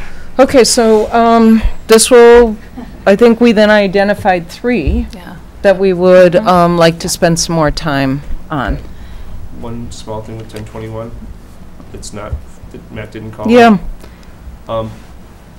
I think this is the correct policy to address the issue of when board members are seated, if there is a meeting before the regular meeting, as we've had with closed sessions, with expulsions and/or contract negotiations and/or other things. And I think this would be the proper place to make that, to call that out. And the issue being that if we have a new board member and there is a meeting, 2 meetings scheduled on the same night, with one of them involving them being sworn in, they should be sworn in time to participate in both meetings. And that happened this year with Gloria, but it didn't happen last year Sure, with Kate and I. with Kate. And so I think that that some policy language on that to make it clear that the intent of the board member is to do that would be really good. I would agree. And I think this is the proper policy for that 1021. But I could be wrong. It could be a different policy. Yeah, I think, and just given that we're talking about prior to the date provided for taking office, Yeah. it would seem to Yeah. fit into that. Yeah. Yeah, I agree. Okay, I want to thank TJ and Kate for their time. Thank you, I guys. think the only reason we were able to get all this done tonight, Matt, thank you for Yeah, really your thank support Matt. and time and clarity, and I think this was a good, I agree. it's a heavy lift. There's 2 other issues Yeah. I'd like to call out. too. Oh, I'm sorry, jeez, Mary. I just, like, it was too good to be true. One of them, and I don't think we're going to, one of them we might address tonight in this time, the other one we won't, definitely. Yeah. I want to call attention to, I sent by email to everyone a proposal for making appointed, staff-appointed committees, superintendent-appointed committees come under open records. And I don't expect that to be considered in this round, but I do want that considered, and that would be a proposal for consideration. I don't know whether that would be an amendment to an existing policy or whether that would be a separate policy, but I would like to see that considered. The second is that has to do with, I would like to have, and again, I don't know the proper policy, amended so that board members sat in assigned seats. Instead of seats assigned by the president, that we sit in numbered seats. I think that the power games that have been played with that are offensive and petty, and I don't think that should be a proper power of the president to determine where people sit. I think that if you're elected to seat 5, you sit in seat 5. You're elected to seat 6, you sit in seat 6. Makes sense to me. So, and I would like to see that on, That's what county board and city council does. Yes. They do what? Assigned seats. You're elected in District 3, there's a seat 3 where you sit in, and all the rest. Are there designated seats right Yes. now? No, there are not. The president. We just sit where. No, the president assigns it. So we don't have like. Sorry for speaking out of turn. I was just. No. Do people have any thoughts on that? On the second one? On the second one, Yep. Which is the second? The second one is the assigned seats. I kind of think that would be easier. 1, 2, 3, 4, 5, 6, 7. I think it's easier. We do it with county board. We do it with everything. I'm going to be at the end. I'm seat 7, okay. I mean, when the board officers then changes it. Yeah, that's the problem. So what do you? I'm pretty open. I would be all right with that. Well, if you have assigned seats, then as the board officers change and you have the board president and the board vice president sitting in the same seats, it means that in fact you can't have, it would have to change. They don't necessarily, you can run a meeting from any seat. See it. You don't know. I mean, Personally, I think that it works for the public to have, for the board chair and the board vice president to be facing the public and being able to run the meeting facing them. But You mean you would advocate for the president and vice president to be sitting anywhere? Yeah, I don't have any problem with that. No matter what, half of our back is to half the audience to begin with, isn't it? But not the board president and vice president. The way we do it now, they're always facing the public. You're dressing it, you have people out there, look, you. I'm just trying to, I don't visualize well, so I'm trying to see it. Well, so Nikki, so what I'm thinking about is if you think about this as being our board meeting in Doyle, in the auditorium, is that James sits there, the president sits there, the vice president sits there, the audience is all here. And I think that personally, I think that is a good way to run a meeting. Doesn't do it that way. A lot of them. A lot of people. Well, Can I- Dean? I've seen many boards sit at a curved table with that it isn't a square. In a long building. There's been a lot of, matter of fact, I think we do it, I think we are unusual in the way we, I don't even like this. I can't hear half the time. I want to see people. It's going to get worse. It's going to get worse. Yeah, well, there's a, you know, you're right. There's structures, but there's another way of structuring our. Okay, so I So actually, that's you know what? It's complicated. late. We have another meeting. Yeah.